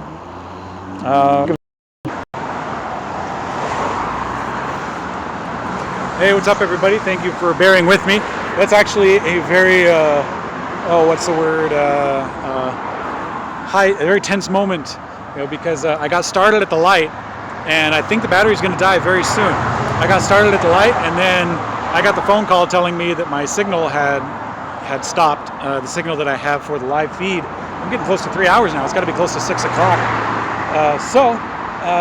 Yeah, I'm going to pedal just a little bit to try to make up for having to stop for this phone call, just a little bit, and then we're going to start going downhill. And I think this juiced bike, U500, is going to cash in on that downhill. So let's do it, shall we? I'm going to put it into my little rig here. All right, here we go. Pedal just a little bit to get up to similar speed that we were at before I had to stop the bike for reasons not associated with the bike. And there we go, full throttle once again. And we are going to go down the hill. The juiced bike U500 is still going. This has been a pretty fun range test. It's got more than 30 miles, I can tell you that with confidence. We're probably getting close to, I don't know, maybe like 35, 36 miles? Yeah, maybe 35, 36, somewhere around there. Yeah. That's about right. So somewhere around 35, 36 miles, and yeah, it's maybe a little bit more. And it's been fun. It's been a lot of fun. The bike has performed very well the whole time up until about a mile ago when it got a little sluggish going up the hill. But that's because the battery's wearing itself down. And again, this is the 48 volt 15 amp hour battery. If you are just joining us. Or if you're interested in picking up the juiced bike's U500, you can customize the battery pack when you buy the bike. So yeah, oh darn, I got to stop at this light. It's too bad I couldn't keep going. But yeah, the bike has already performed very, very well. I've been very happy with it. So here's a look at the bike that we're working with. It has, I believe, 21-inch wheels, hydraulic disc brakes on the rear and on the front. Pretty basic kickstand, nothing to brag about there. Has a rear fender, which is kind of funny. No front fender. I don't know if we mistakenly forgot to put it on the bike when we were assembling it, because you would think the rear fender wouldn't be quite as necessary given that it has the controller here, which is a really good place for the controller, by the way. It gets lots of cooling right there. And you got this big battery pack here. So I guess it would prevent the dirt from getting into your shoes, but it's not the most necessary fender. Whereas on the other hand, the front wheel is more or less completely exposed. I mean, you do have the frame when you're going straight, which most of the time you are. You do have the frame kind of protecting you a little bit. And there's a mount on the fork for it. Anyways, here we go. We're riding the juiced bike's U500 on the range test, going somewhere around 35, 36 miles, give or take. And I believe we are going to see the end of the range very soon. And so here's a little word to Joey. Joey is doing the live chat. He is on there to be able to answer questions. Joey, if you wouldn't mind calling, I'm going to need a ride soon to get back to the store. And that's one thing I can tell you, the viewer, about this bike, is that normally when I'm on a range test, I have a spare battery with me in my backpack. This time I didn't have one. This time I kept some weight with me to kind of compensate, but I don't have a spare battery, and if I did have a spare battery, it'd probably take me, I don't know, like maybe 10, 30 minutes, somewhere around there, to take it off and put it back on again. And the batteries, hey, let's face it, they're expensive. So when I reach the end of this range test, I got to get a ride. Someone's got to come pick me up because I got to go somewhere. You know, my work day is over with. So that's what we're looking at. I mean, realistically, I could turn around and pedal myself all the way home or all the way back to the shop. But it's yeah. I was on this thing with the intent of killing the battery, so it's not like I was planning on going anywhere. What's the word? It's not like I was trying to go, my full day's groceries or anything like that. So, full day's errands, I'll say. Anyway, so now I'm on the bike, and it's having a hard time keeping up. It's still maintaining speed, it's still building speed and being able to maintain it. But boy, that stop and go, that's really starting to wear down. And so we're probably going to see that. Happen even more so when we get to this light, and we start up from a stop. If we need to, then it very well might stop. I mean, I've been saying that for a while, but for a few lights now. But any one of these is going to do it. And I'm still It's still going. It's still putzing along, and it's slow, but it's not like too slow. I wish I had a speedometer just to find out, but yeah. In the description of this, when I get back to the shop, I will enter in a description for this video, and I can't edit the video, of course, because it's live, but I'll enter in a description for the video, and in that description I'll post not only the total range of what the bike got, which is going to be the final number, how far the bike went, and you'll see that probably very soon, but also I'm going to point out the point at which back there when the battery system was slowing down, and that was before the big hill, at the big hill is when it started to slow down. So I'll put those 2 points onto the description of this video once I get back to the shop. Well, not once I get back to the shop. I'll do it tomorrow. I got a long day. But when I edit this video in the near future, or edit the description of the video in the near future, I'll put both those points up, both when it absolutely died and also when it slowed down. Because this, I would not call this 100% dead. I'm still going fast, faster than regular pedal bike on the bike, and it's doing full throttle, and it's doing it just fine, I'll say. So the startup is really going to get it, really going to affect it, and it looks like we're approaching a light, but you know what?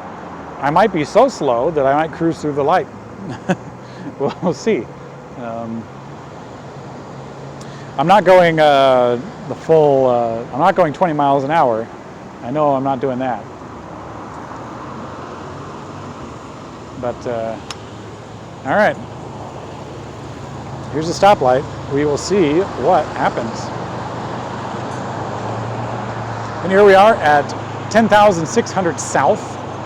And the turnaround point, which is 10 miles away, is 123rd south. So we'll see how far it goes. This has been a pretty fun range test. All I've had to do is just sit down and twist the throttle.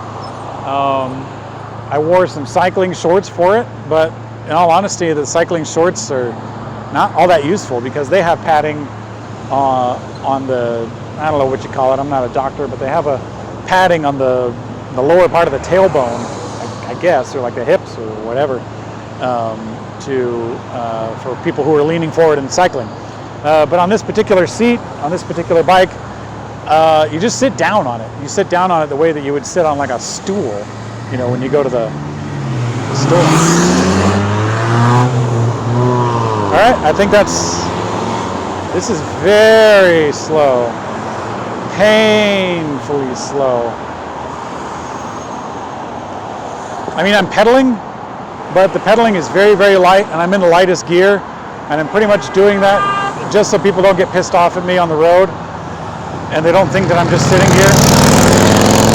Yeah, I think I'm gonna have to call this dead, because I'm going slow.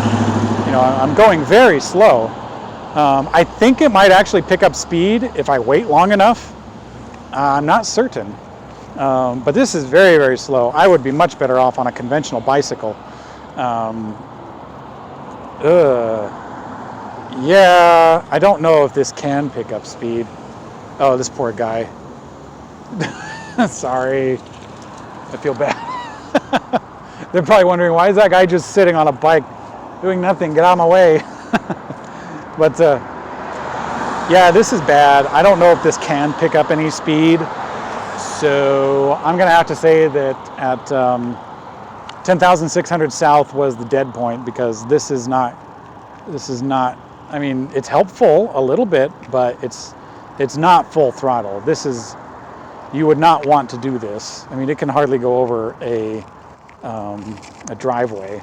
The incline on a driveway, it would have trouble with, and I'm having to balance to keep it up. So, yeah, that's got to be it. 10,600 south is the dead point. I'm still going to keep going just for fun. Yeah, maybe we'll put this in the description as well to see how far it went. And yeah, and my ride should be coming down to the Southtown Auto Mall here to get me anytime soon. Yeah, so this is the range test. I hope you've enjoyed it. Let me grab the phone here, and I'll do a little bit of a Turbo Bob style. So thank you for joining me on this range test for the Juiced Bikes U500 48 volt 15 amp hour battery. That's what I'm rocking right now.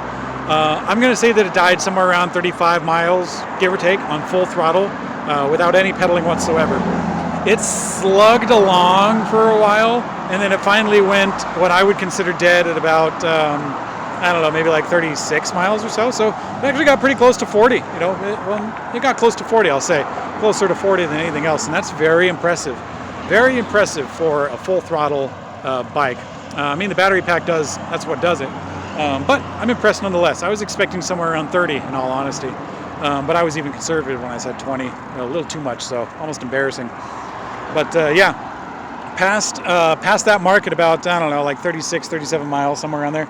Past that mark, it was very sluggish, and I'm still doing it right now. You can kind of see the bike is slugging along, and this probably isn't going much more than I don't know, like maybe 3-5 miles an hour at most, and it's not very helpful at all. So I'm gonna call this one dead, even though it's still going a tiny bit. But you'd be better off walking, I think, at this point. Maybe not walking, but if you're at a brisk stroll, you'd be faster. You'd be much faster. And a bike would blow this away. Shoot, a unicycle or a skateboard or a roller skate or a baby stroller will go faster than this right now. So, yeah, thanks for joining us. If you are interested in the Juiced Bikes U500, we have it listed on our website. You can check it out there. You can get all sorts of different battery options. This is actually, I think, the smaller battery option for the U500. And so I can tell you with confidence that this bike went about, 34, 37 miles, somewhere around there, on full throttle with no pedaling whatsoever. And so that's what the bike was able to do. And I think I'm reaching, oh no, still slugging, still a little bit. I'm having a hard time keeping up. This must be pretty funny for bystanders. I'm holding the phone. Oh, no. Okay, dead as a doornail. All right, so anyways, thanks again for joining us on the, let's get it in frame, there we go. Thanks for joining us on the Juiced Bikes U500 range test. I don't know, you can see in the description below exactly how far it went. I'm going to estimate it went somewhere around 34 to 37 miles on full throttle, which is pretty good. I've seen other bikes in this range do somewhere around 30 or 31 or something like that. So it's pretty good. So if you're interested in the bike, check it out at bluemonkeybicycles.com, or you can check out Juiced Bikes and see their other offerings and stuff like that. If you want to see a review for this video or any other bike, or shoot, a range test for other bikes, let me know in the comments section below if you're watching this now or in the distant future. If you skipped ahead to the end just to see how far it went, that's totally what I would do. So yeah, thanks for watching, guys. I'm Blanky at Blue Monkey Bicycles, or heading back to Blue Monkey Bicycles, and I will see you on the later. Click, click. Are you sure you want to stop streaming? Okay.